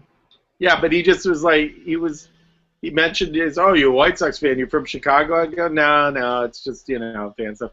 And he was like, you better watch out wearing that jacket, this neighborhood, that kind of thing, because it was a black leather White Sox jacket. So yeah, it could have been stolen from me, but it was Santa Monica. I didn't think there was anything to worry about. By the way, D. Gordon and Andre Ethier are both out. Yasiel Puig up with two guys. Nobody on and 2 out, so that does not help out Puig's chances for RBIs unless he actually there goes my dream of cashing in the I wasn't going to cash anyway, but I think it pays 34 and I'm 330th. I don't see that as being a... Somebody in the chat said Treme is awful, and it's weird. I watched every single episode of that show. I still really don't know if I like it. I like the music in it, the cinematography, kind of the settings were pretty cool. But I don't know if I like that. I wouldn't really recommend it to anybody. It's a strange watch. Yeah, I couldn't get into it. I think if you were into New Orleans, I could see you liking it a lot. If you were one of those people that go for the jazz festival and stuff like that. But yeah, it just wasn't for me. Oh, Homicide. My brothers mentioned Homicide. Homicide was amazing. That was a great show. First couple seasons of that show. Never saw it. I've been to New Orleans for a couple Mardi Gras, but never there for during jazz season. I still have to go to New Orleans. I really want to go. I have a friend that lives there. I probably should hit them up and try to use their house to go there, but I haven't done it yet. So spring break in college, it coincided perfectly with Mardi Gras twice. So we're like, all right, let's hit New Orleans, and it was like, I don't know, a 10-hour drive or so. Well, for us, yeah, Palm Springs used to be that for us here in LA. go up to Palm Springs and there'd be stuff going on and drunken foolish was not as big as New Orleans, of course, but none of us were going to fly to New Orleans at that point. So I have the best spring break stories. I live 15 minutes from Daytona Beach. There you go. All right, so Stevie, we're going to give you the floor right now. Okay, you're going to give us one of. Is that a home run? Oh no, it's not. Oh, you scared me. You started making me talk about spring break, and I looked away from the TV. Yeah, it wasn't even close to homer. It was one of those balls that like went up high in the air and then was short fly ball. But okay, well, Stevie's greatest spring break story. Go. I'm trying to think of one. Oh. I know. A huge build-up, and then you got nothing. I have more fun. Have you ever been to the pirate shows in Tampa? Pirate shows. Oh my God, I can't think. Gasparilla. I know I'm certainly aware of it. I don't feel like I've been though. Well, I have more fun at those than I do at spring break. Spring break is fun in Daytona. All you see is bikinis and boobs.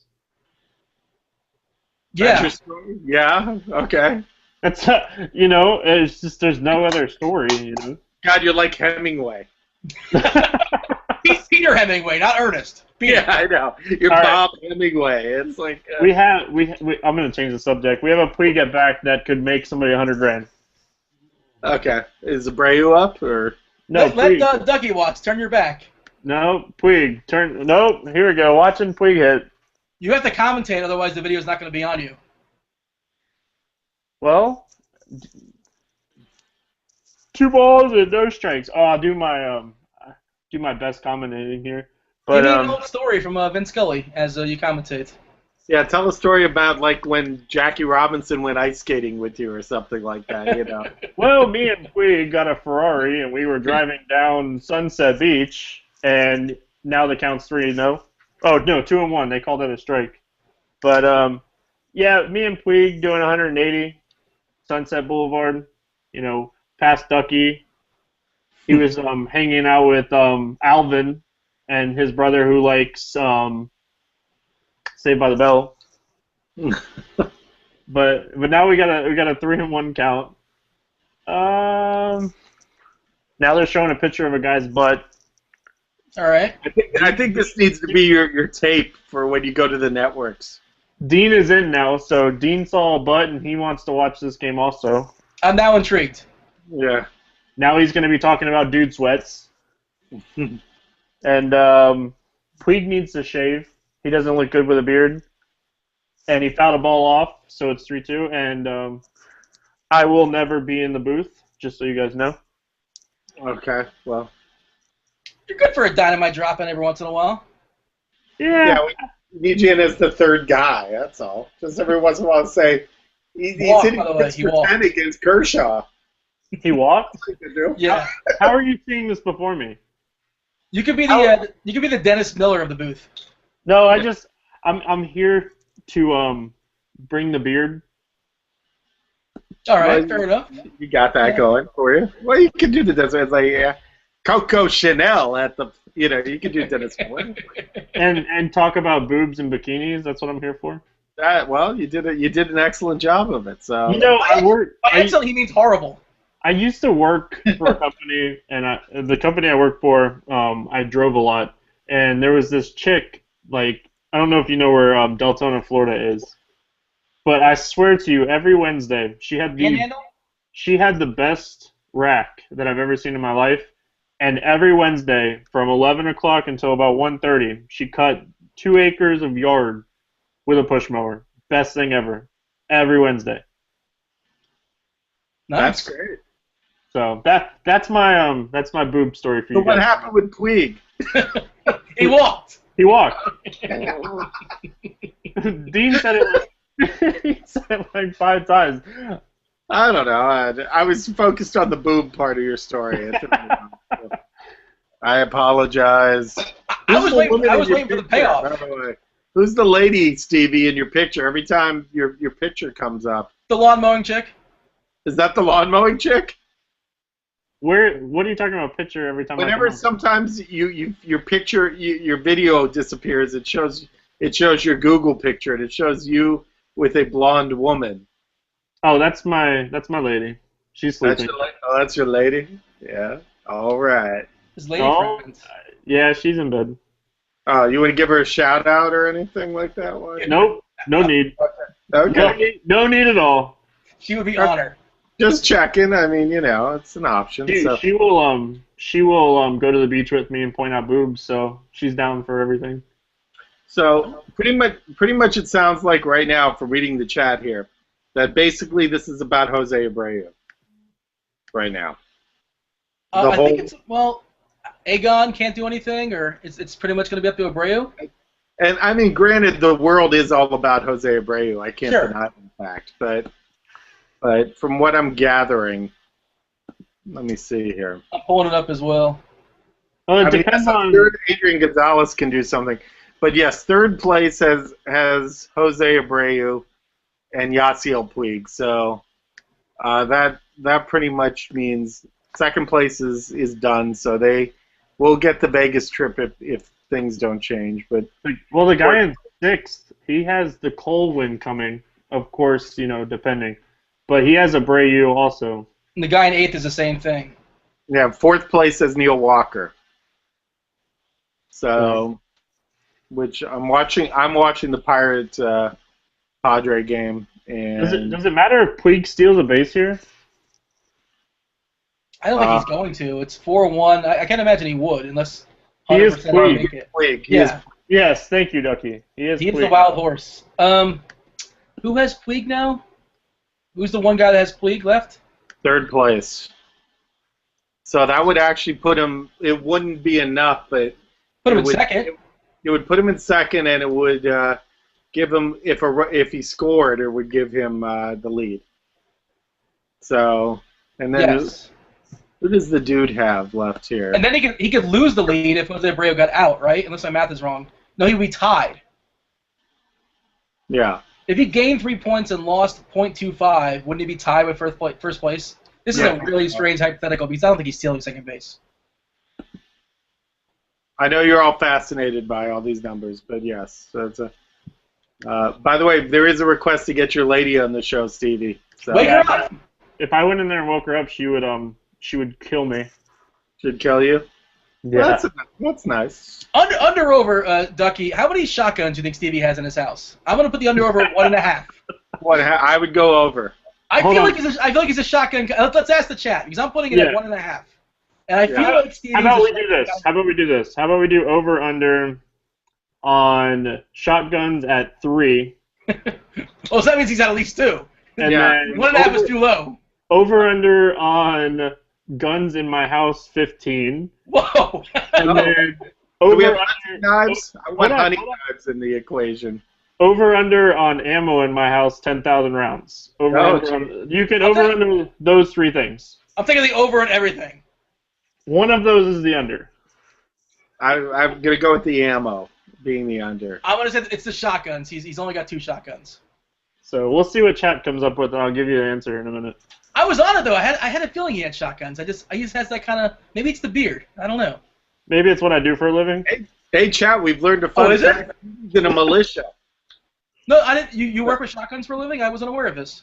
I'm a licensed manufacturer for ammo for a living. That's what we do. Second biggest company in Florida.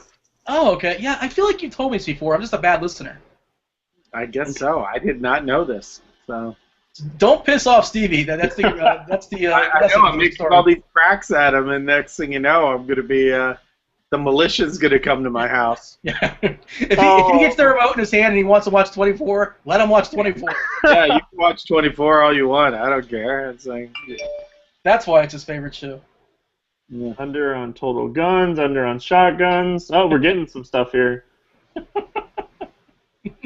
Yes, see, DB just nailed it. If you need ammo, call Stevie. That's what's up. I'll actually see DB this weekend. I'm working a gun show in Jacksonville. Oh, nice. So, and I have a show on Friday. No plug here or anything, but me and Dean at 4:30. Oh, all right, cool. Team Florida, represent. And speaking of plugs, Is there a tournament of shame coming up this week? There's a tournament of shame this Friday. The tournament of shame is your shameless plugs, by the way. That's the shame. I know, yeah. I just enjoy it. And also be sure to read A Duck for All Seasons up on Roto Grinders. It's very entertaining, I have to add. Need to get a few more thumbs up on my article there, guys. Come on, help a brother man out.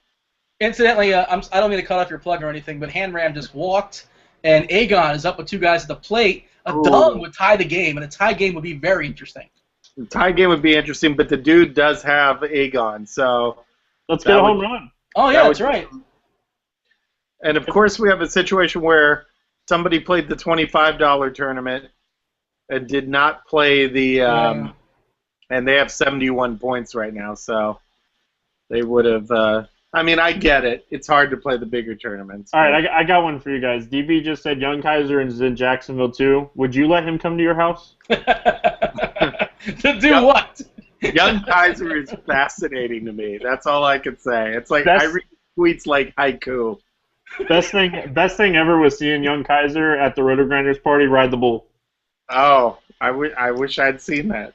Give me the details. I have video.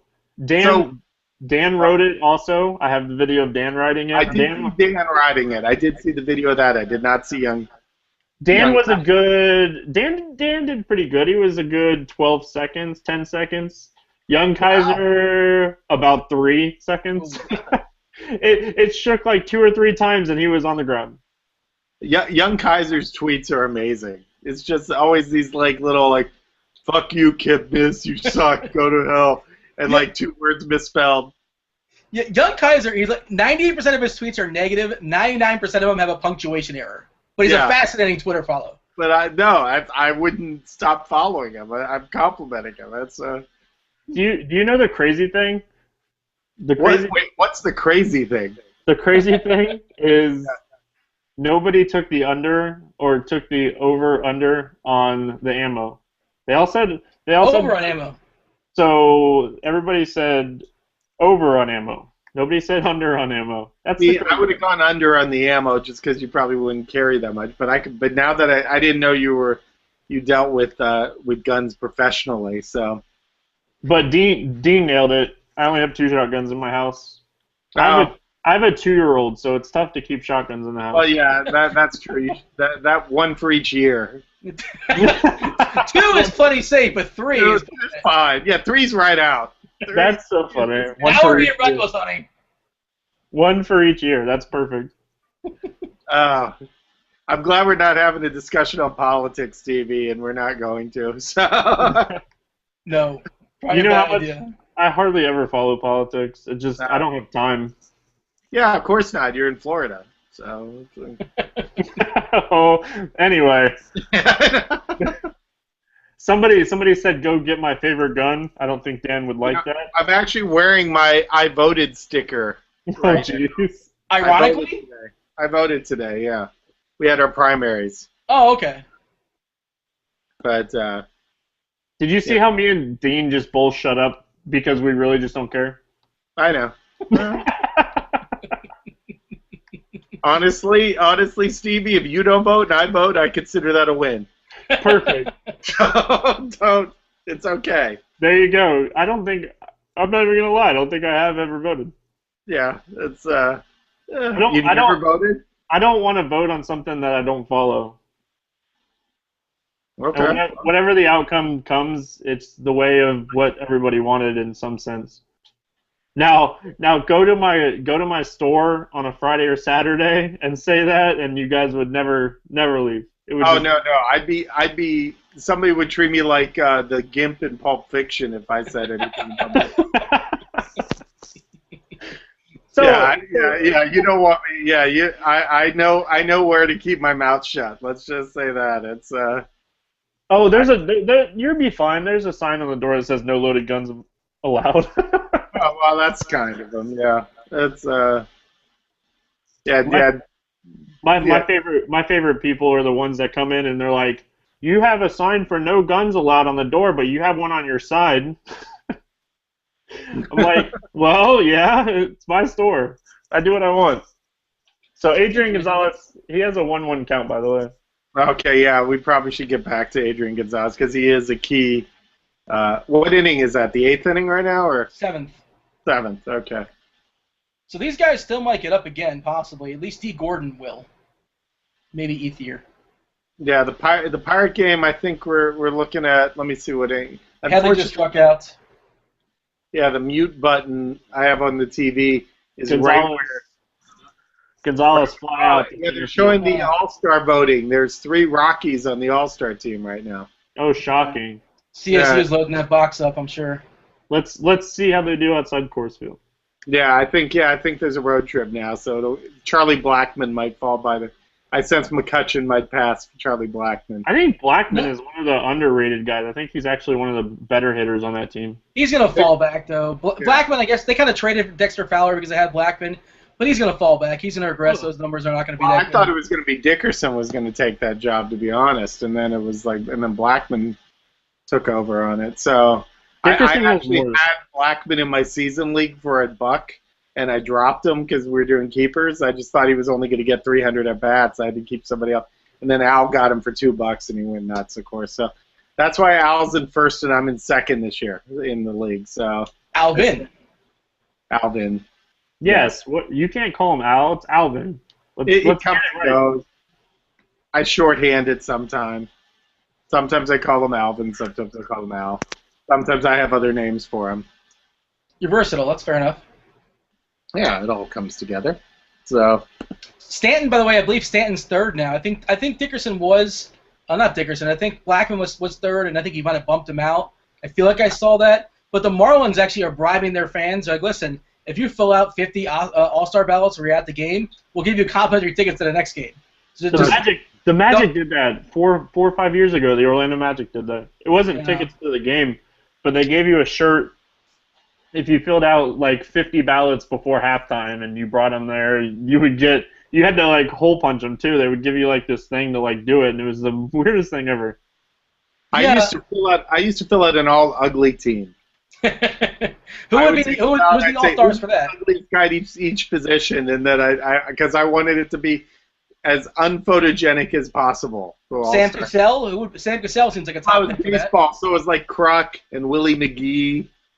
And Willie McGee's a top pick for that, yeah, without question. Yeah, there was Otis Nixon. Yes. Yeah.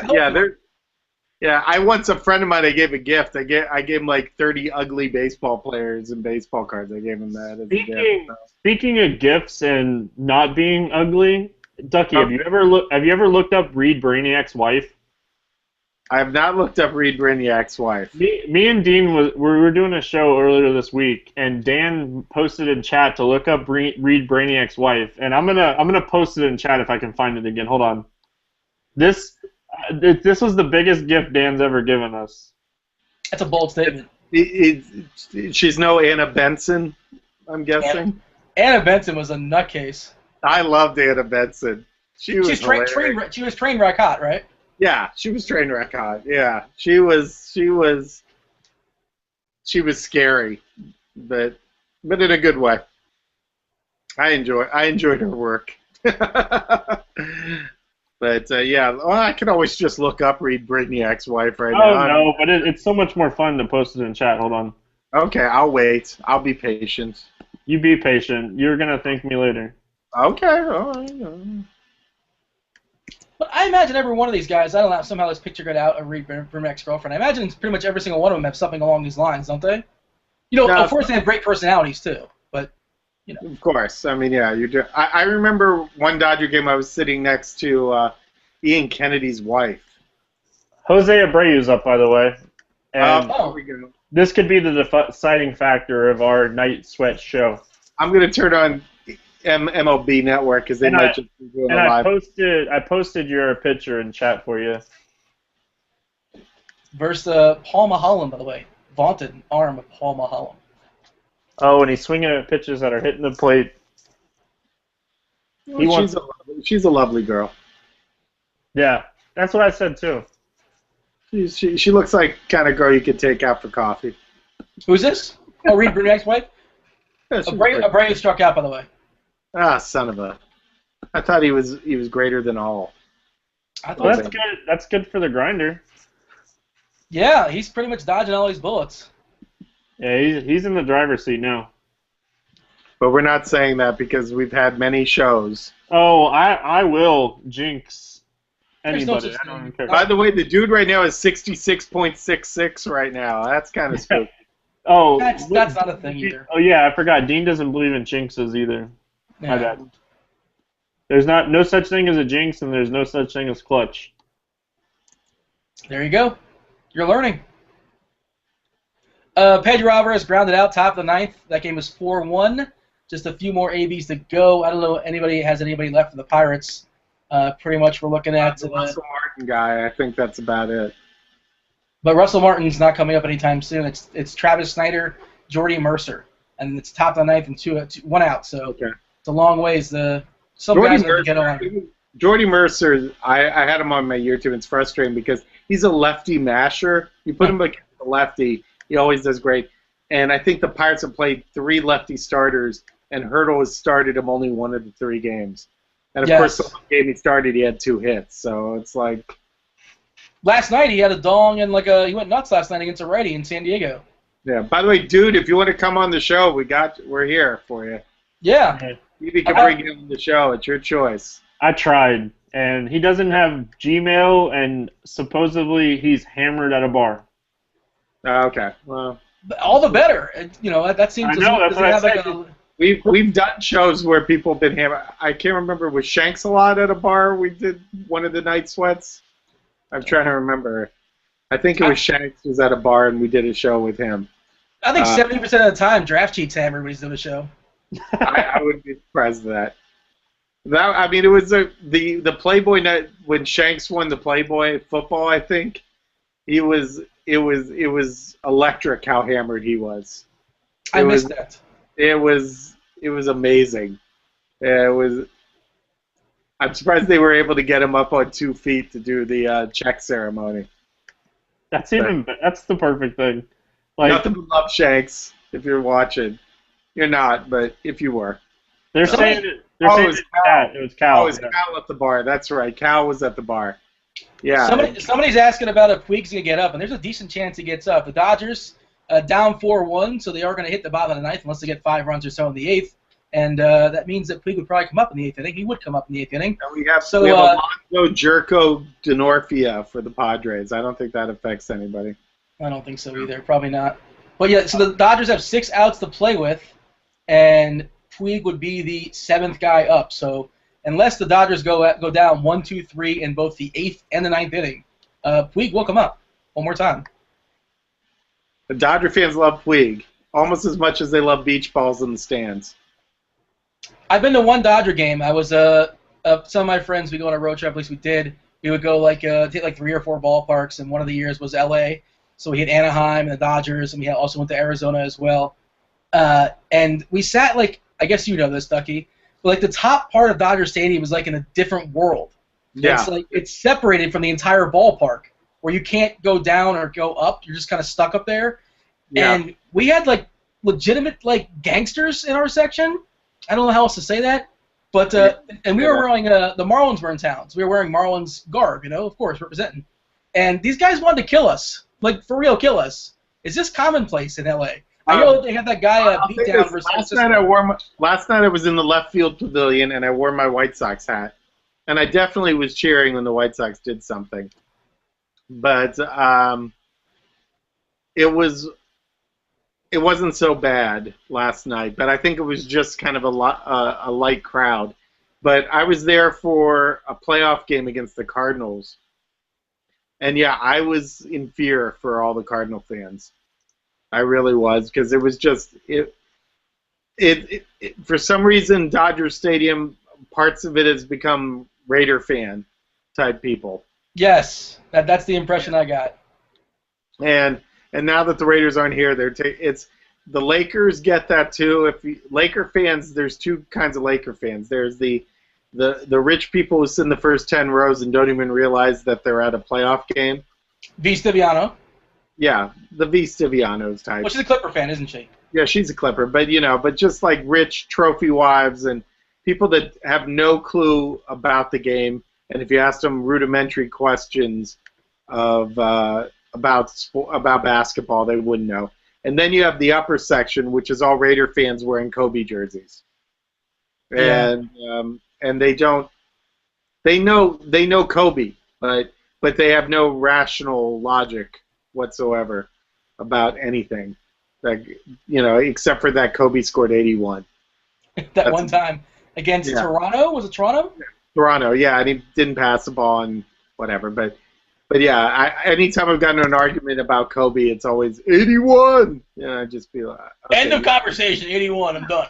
Yeah, it's like, okay, you're stupid. I can move on with my life now. So it's because you ask any Laker fan out here who's better, LeBron or Kobe, and they will still say Kobe.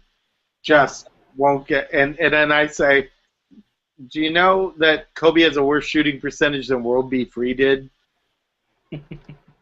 and they'll be like, who's World B. Free? And I'll be like, okay. And you said that. So, it's like Billy Owens had a better field goal percentage than Kobe. Billy Owens, Golden State and Philadelphia? Yeah. You look it up. Billy Owens. Miami? Was he in the Heat at one point? I believe he was. He was around a few teams. Yeah, better field goal percentage than Kobe. So. Yeah. I remember I was doing this one day just to annoy. I was trolling Kobe fans, I think, one day, and just players that have a better field goal percentage than Kobe. And I think Kobe's got like this insane number of turnovers. If you look at like all-time turnover leaders, he's up near the top, up there with like Karl Malone and Patrick Ewing and stuff like that, or guys that have 16,000 assists to go with their 4,000 turnovers. So, but don't get me started. I'm gonna stop right now. Sounds like you already started. I know. Okay, I'm gonna stop. I can get Dean started. Who is better, LeBron James or Kevin Durant? Come on, stop it. It's LeBron James. You know that. It's not a conversation. What do you think, Duckie? It's LeBron. I love KD, but it's LeBron. I tried to lead you into that to get Dean going. I know you wanted me to, but I'm sorry. Sometimes you gotta let Dean go on that one. But how about this? I think Marino was completely overrated. You see Marino's still in the NFL. Did you see that? You still in him for concussions right now or something like that? Yeah. Marino is overrated? Are you kidding? Marino. I want to get something started. So. I'm probably a bigger Dolphins fan than Dean. I'm not a Dolphin fan at all, so you are. Oh, see, don't even get me started, Duckie. Okay, then I was inadvertently, it was like friendly fire, and I hit shrapnel. Stevie, I used a gun reference there. See, I did that. Hey, Dean, Spurs in 6. Look, the Spurs are favored. I saw a thing, by the way. Somebody sent me this. A friend of mine doesn't like the Heat. He just taunts me. Like ESPN did one of those sports centery, whatever, one of those surveys, and they break it down by state. And every single state was rooting for San Antonio, but Florida, of course, predictably. And hey, just real quick, I have to interrupt you and tell you this real quick. Yes. The dude, the guy that's leading, he straight up just said that he threw in a team with his FanDuel points. Wow, that's awesome. Just crazy. Okay, back to your useless conversation about the Miami Heat. No, I was just going to say that it's interesting that everybody's treating the Spurs like they're an underdog story. This isn't Rudy. They're favored. They're favored in the series. They have home court advantage. It'll be impressive. I don't necessarily expect Miami to win the series. They're not supposed to. And nobody's actually rooting for the Spurs. They're rooting against Miami. It's Miami versus not Miami. That's what it should say. Like in the championship, if the Spurs win, it should say you're 2014 champions, not Miami. Me and you talked about this on the show for about 2 minutes the other day. Yeah, I don't get me riled up again. I don't hate the Heat. Most do, not you. I'm not speaking to you. But I like Tim Duncan. So if the Heat win, good for Florida. Brings in some money here to the state. And if the Spurs win, I'm happy for Tim Duncan. Do I think the Heat can beat the Spurs? Yes. Do I think the Spurs can beat the Heat? Yes. Do I think, like I told you the other day, I think the Spurs will win the championship because they're a better coach team. If anybody can say with confidence, there's no way the Spurs lose this, or there's no way the Heat loses this, they don't know basketball. These teams are really, really, really close. And It can go either way. I'm not going to make a bold, ridiculous and say, oh, the Heat, of course. I'm not going to be blind like that. I think it's going to be really tough, really tricky. By the way, Pittsburgh just won clean ninth. Jerko got out. And the Dodgers, so that's a win for Cole Trickle. Garrett Cole and good movie. The Dodgers. Good movie reference right there, Cole Trickle. I couldn't think of his name. I don't know why that's what first popped into my head. That's a good movie reference, Florida movie reference, Daytona Beach movie reference. And in other news, we're up to 16 in the Tournament of Shame now, so we're over that. What is the count on plugs so far tonight? Is that 4 or 5? I think 4. It's not quite CSU Ram Tulo love, but... That was awesome, by the way. They have a counter now. They have a counter for the Tulu. I know. Al talked to me before, Alvin talked to me before the show about it, and just that he was telling me ideas for it and stuff, and he just said, "Does this sound good?" Blah blah blah, and it was like, and I knew about it in advance. I didn't know how it was going to come out, but I actually showed up late for the show. I was voting, so base hit in the Dodgers game. Big news. Let you guys know. Weeks guaranteed in a bat now. Well, not guaranteed. This guy could get picked off. There's a bunch. Who got the hit? If Butera gets picked off, you can shoot me one of your 8 shotguns. Oh, everybody, that's a binding contract. I will shoot. I will shoot him in the foot. It wouldn't be the first time. Actually, Steve, it's funny. I'm working on a story right now, and there's a shotgun in the story. So if you could send me like the name of a really good shotgun, Remington. There you go. Please send it. You could send it to me Insta Message or through Twitter. That'd be Twitter message. That'd be great. Sega 12 gauge. I can keep going. Well, just send it to me so I text because I'll need to spell it. Speaking of shotguns, one of my favorite things to do, if you ever get bored, go on YouTube and search girls shooting shotguns. Oh, yeah. Stevie, is that a certain fetish? I'm not saying you in particular, but is there a certain field dedicated to that? Like, say a girl is like a 6. It's like a standard 6. You see her walking in a mall. Now you take the same girl and you throw her in a field shooting a shotgun. Is she instantly like a 9? No, it depends though, because if she can hold the shotgun and it doesn't come back and make her not shoot again, like if you get a girl that will go out, that's a 7. Say she's a 7 and she'll go out and she'll shoot and like have fun with it, play in the mud. She's an instant 9. Even if she's not good at it, like what if she's like naive and like I don't really know what to do? Show me how. Does she get points for that? Like willingness to try? Yeah, willingness to try. You realize that 80% of the people that shoot guns are not good at it. Okay. I'm exactly the same way, but with women playing the spoons. I see a woman play the spoons, and boom, it just goes right. It's like instant Viagra for me. It's amazing. Big Soundgarden fans, probably. Yeah, just like, just like, oh, yeah, just, anyway, I digress. I don't believe that for a second. I think you just said that for the joke. Yeah, I did, yeah. There's probably one guy out there like, yeah, I agree. I'm right there with you. Yeah, one guy to chat, it's like, like... Spoons are underrated. Tab comes out, those spoon girls are hot. Yeah, I can see that, But, by the way, D. Gordon... Emac, welcome back from the Rockies game, by the way. Emac's joined the chat. Emac went to the Rockies game? Yeah, I saw a picture of it tonight. So. That's why they crapped out Murray Mush over there, Emac. Yeah, I know. I wrote him in the closet. There was a picture of him and CSU Ram on there, and I wrote back, that's why they didn't score any runs tonight.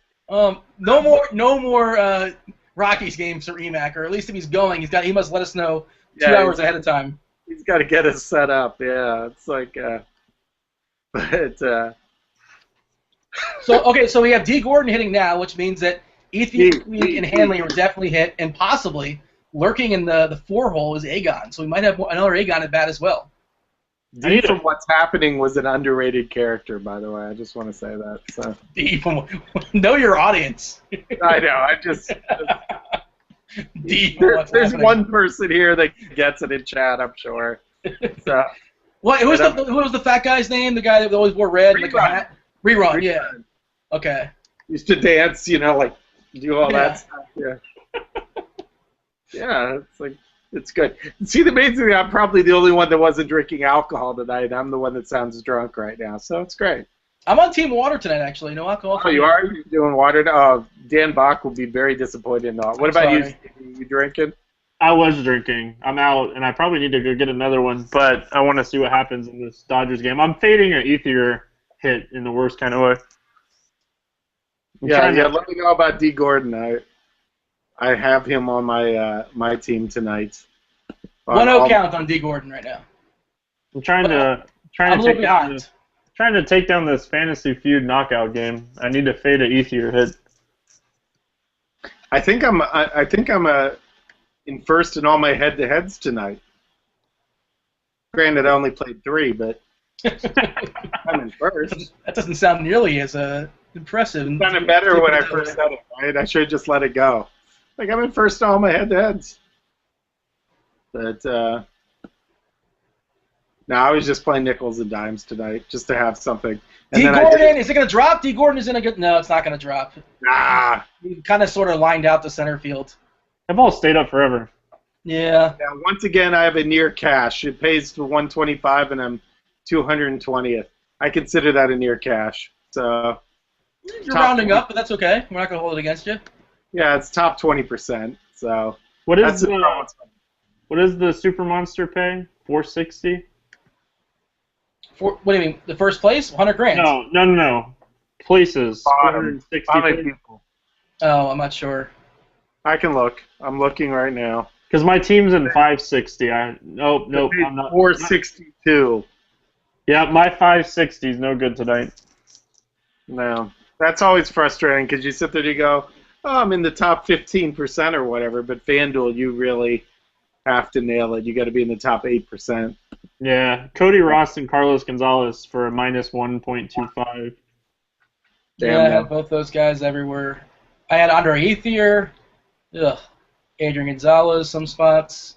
Yeah, my Dodger stack kind of stinks. 29 points, my Dodger stack. Represent. Oh, man. Yeah, that Colorado game was opposite of what everybody thought it was going to be. Did not work out well for me.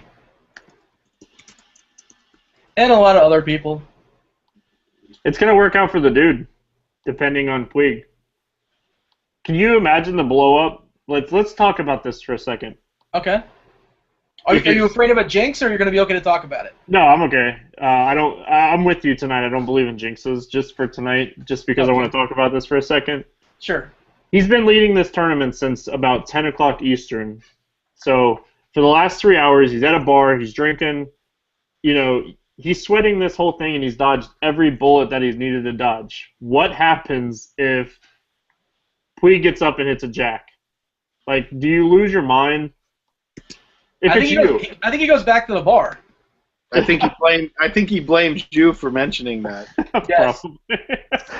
ultimate grinder sweat jinx. Yeah.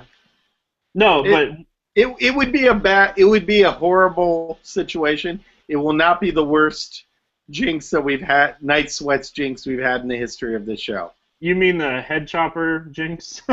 No, the worst one. Well, head chopper was bad, but I wouldn't say jinx, but the worst moment where losing the victory has to go to Boggs Light.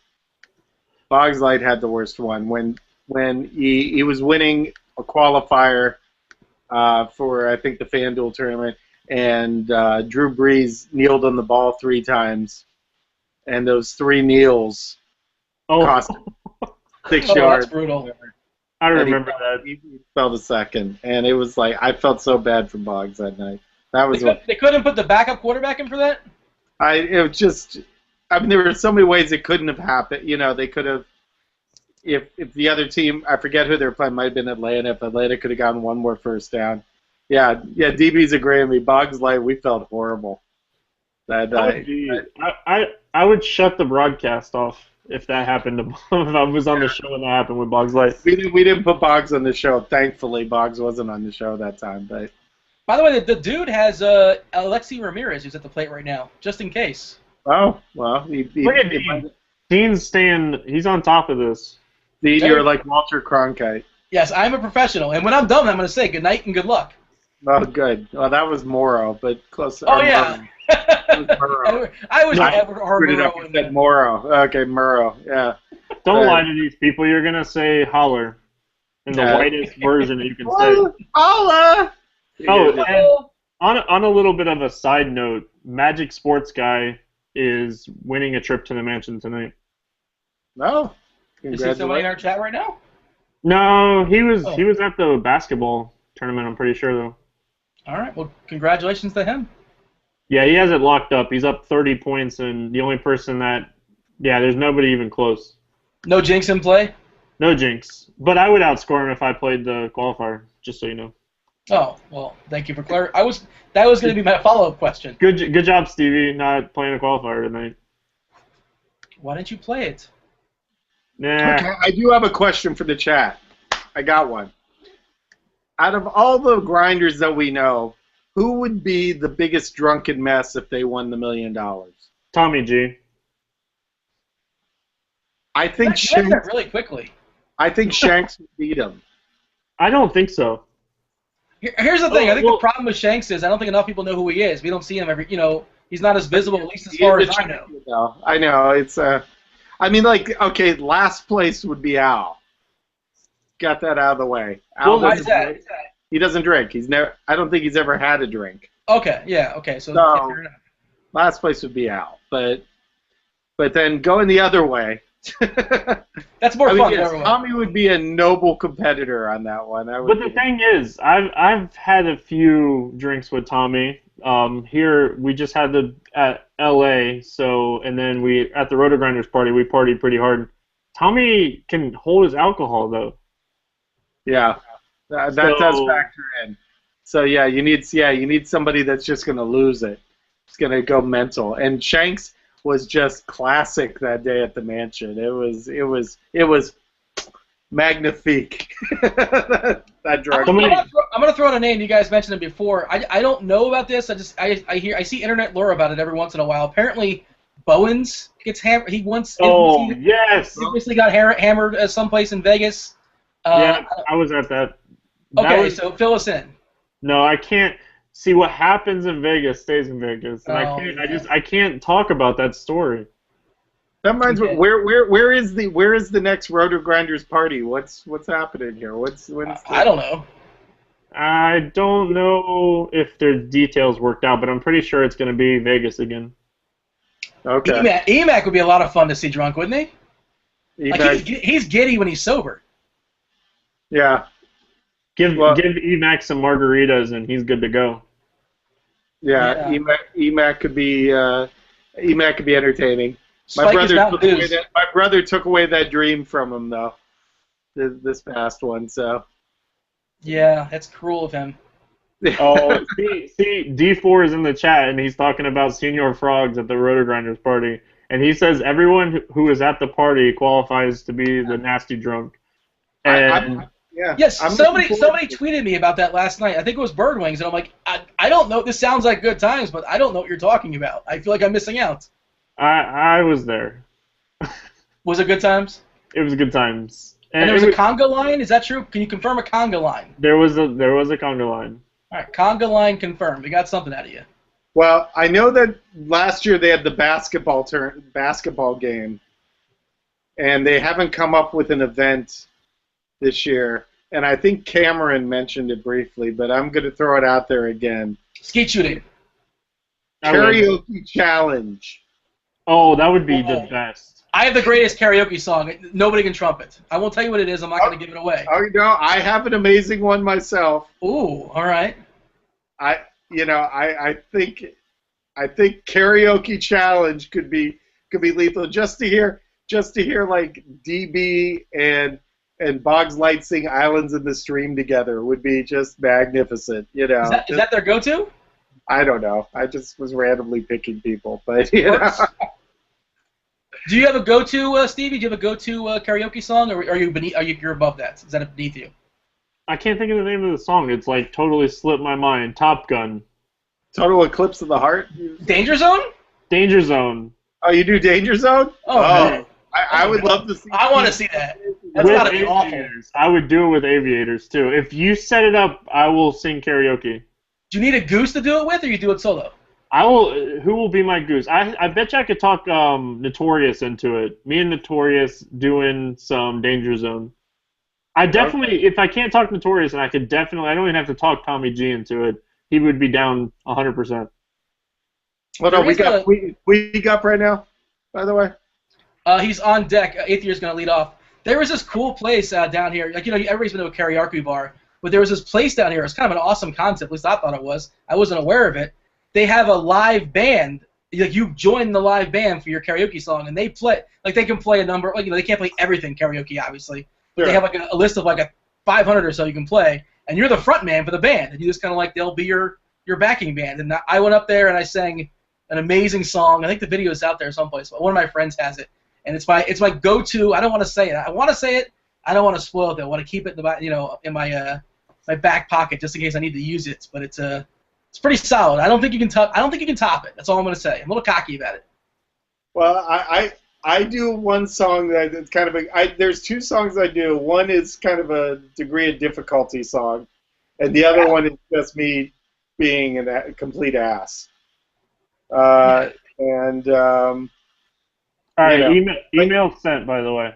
Okay, yeah. I want to give Cam credit for this. I think he was the one that might have brought it up, but I was like, but I'm the salesperson here. I'm selling this idea. Oh, I'm in. What's the degree of difficulty? Is it like a rap song or something like that, like Funkmaster Flex or something weird like that? I'll tell you the degree of difficulty song because that's not the one I'm going to do. My brother kind of just mentioned it, but oh well. But the degree of difficulty song is REM's "It's the End of the World as We Know It," and I Feel Fine. That is a tough song to do. And I do it, but that's not the one that I would do. Eighth Year out, by the way. Puig up. Here it is. We're going to keep it a secret, by the way, but you ruined it. So, but Macy Gray. I do Macy Gray. I try to say goodbye. That song. There's a video somewhere of me doing that. Can we get some now? Let's get some now. Come on now. Give us the tease, a little tease. Yeah, give us some tease. Names, changes, and fails. So it's like that. No, keep going. Let's go. That was good. No, it's a tease. No, don't Google. I'm thinking of next week's Tournament of Shame being a karaoke challenge. Oh, that. Yeah. So next week, if you lose, you have to go to a bar and videotape yourself doing a karaoke song. Wow. I'm not playing next week. Oh, come on. I was towards the bottom this week. He was near the bottom again too, and this time he tried. This time I actually tried. I think it was like 23rd. I was lurking at the bottom. So that reminds me. This is the thing. If you do not turn in your lineup now for the Tournament of Shame, you will get the super ultimate punishment, which I'm not announcing, but it's going to be worse than whatever you would have done. Puig just grounded out to the second baseman. Yes. Yeah, the lowest actual score will do the... It's all over for UCLA. Like, Puig just got out. Okay. Yeah, I think... Hanley's up. Was there anybody with Hanley lurking or Aegon lurking? I don't think so, right? There was some... Well, I think... Does Dude have Aegon? Yeah, so he doesn't care about Aegon, but Hanley, is anybody with Hanley that has like a... I didn't see any Hanleys, and I think we might have a winner here. This guy has dodged more bullets than the Matrix. Yeah, it's pretty impressive.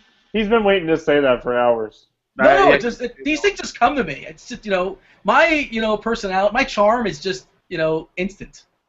I'm down to the top 30, and I don't see any Hanley. Yeah, I think we got a winner, dude. We could go extra innings, and weird things can happen still. Oh, look at Dean. I'm just throwing it out there, get a little suspense going. Get out of here. It's plausible, is all I'm saying. Oh, you're crazy. You can't say it's not plausible. If that happens, it would be clutch. Hey Dan, it's all over. It's all over. Going to be coming to the Roto Grinders party this year.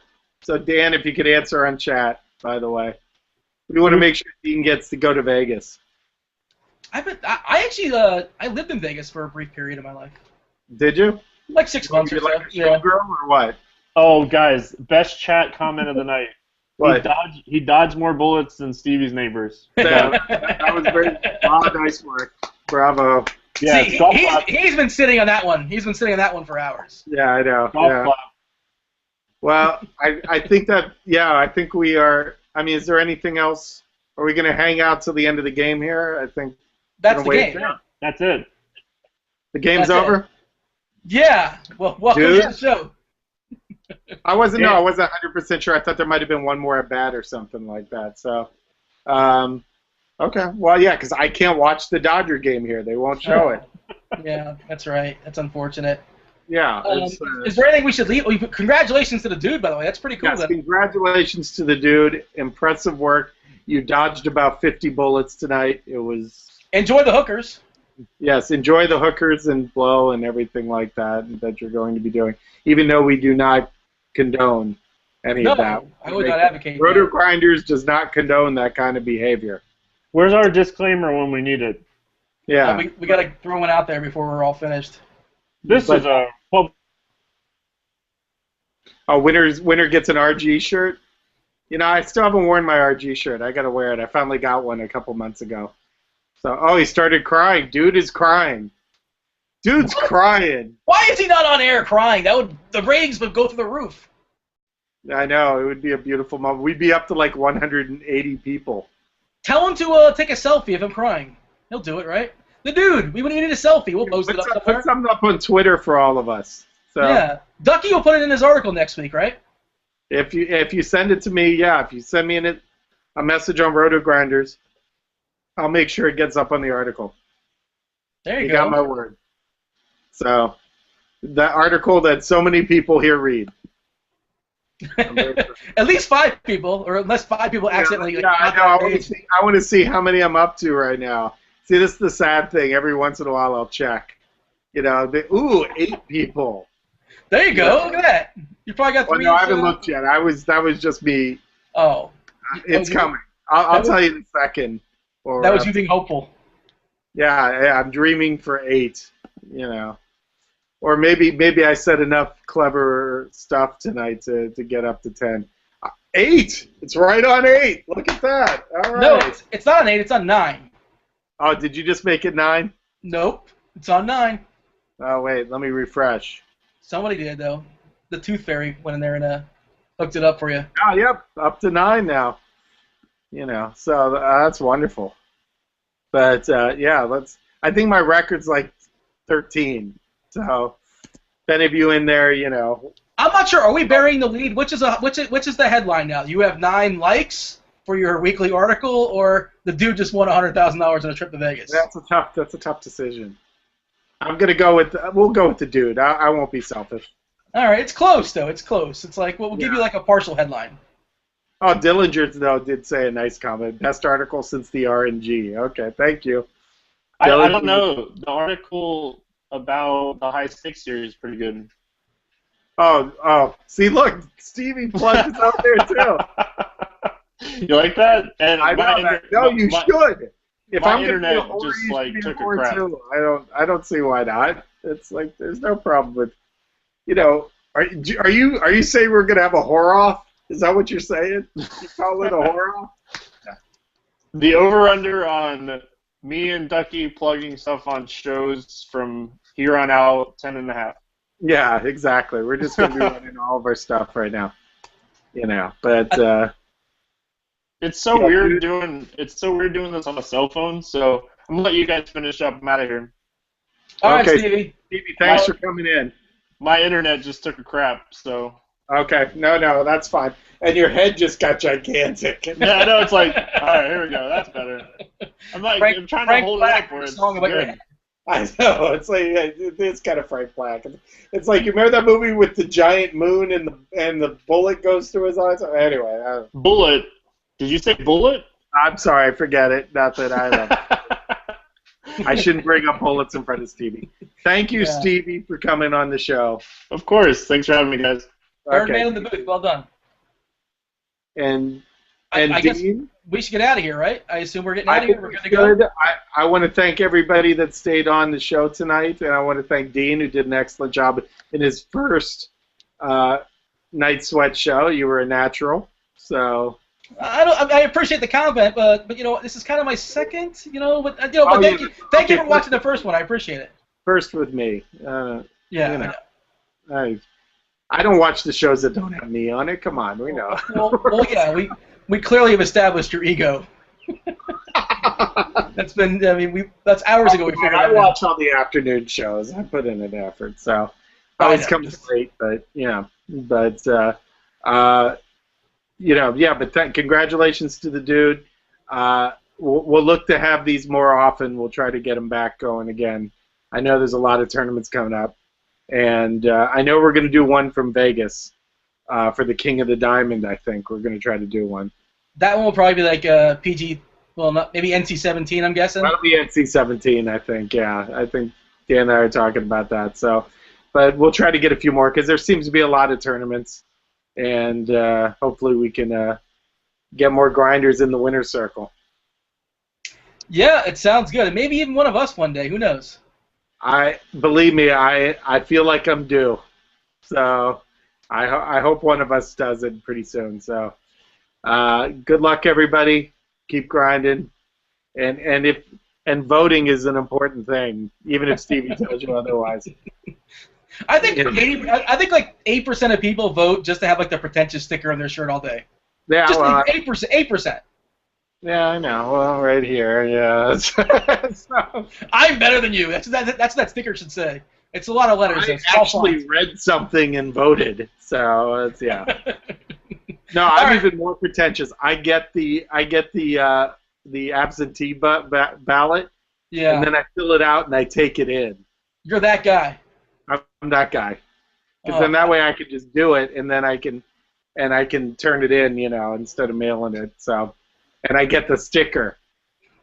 It's worth the trip for the sticker. Yeah. So sometimes you could go to Denny's and get a discount too, or something like that if you have a sticker. It's a good conversation starter, like a Starbucks or something like that. Oh, you voted. Well, look at you. Yeah. You're cosmopolitan. Yeah. So. Okay. I'm sorry. Right. We should end the show. Yes. It was good times. Congratulations to the dude. Do you want to sign us off, or how are we signing off here? Till we meet again. Don't know where. Don't know when. Holler. Good night.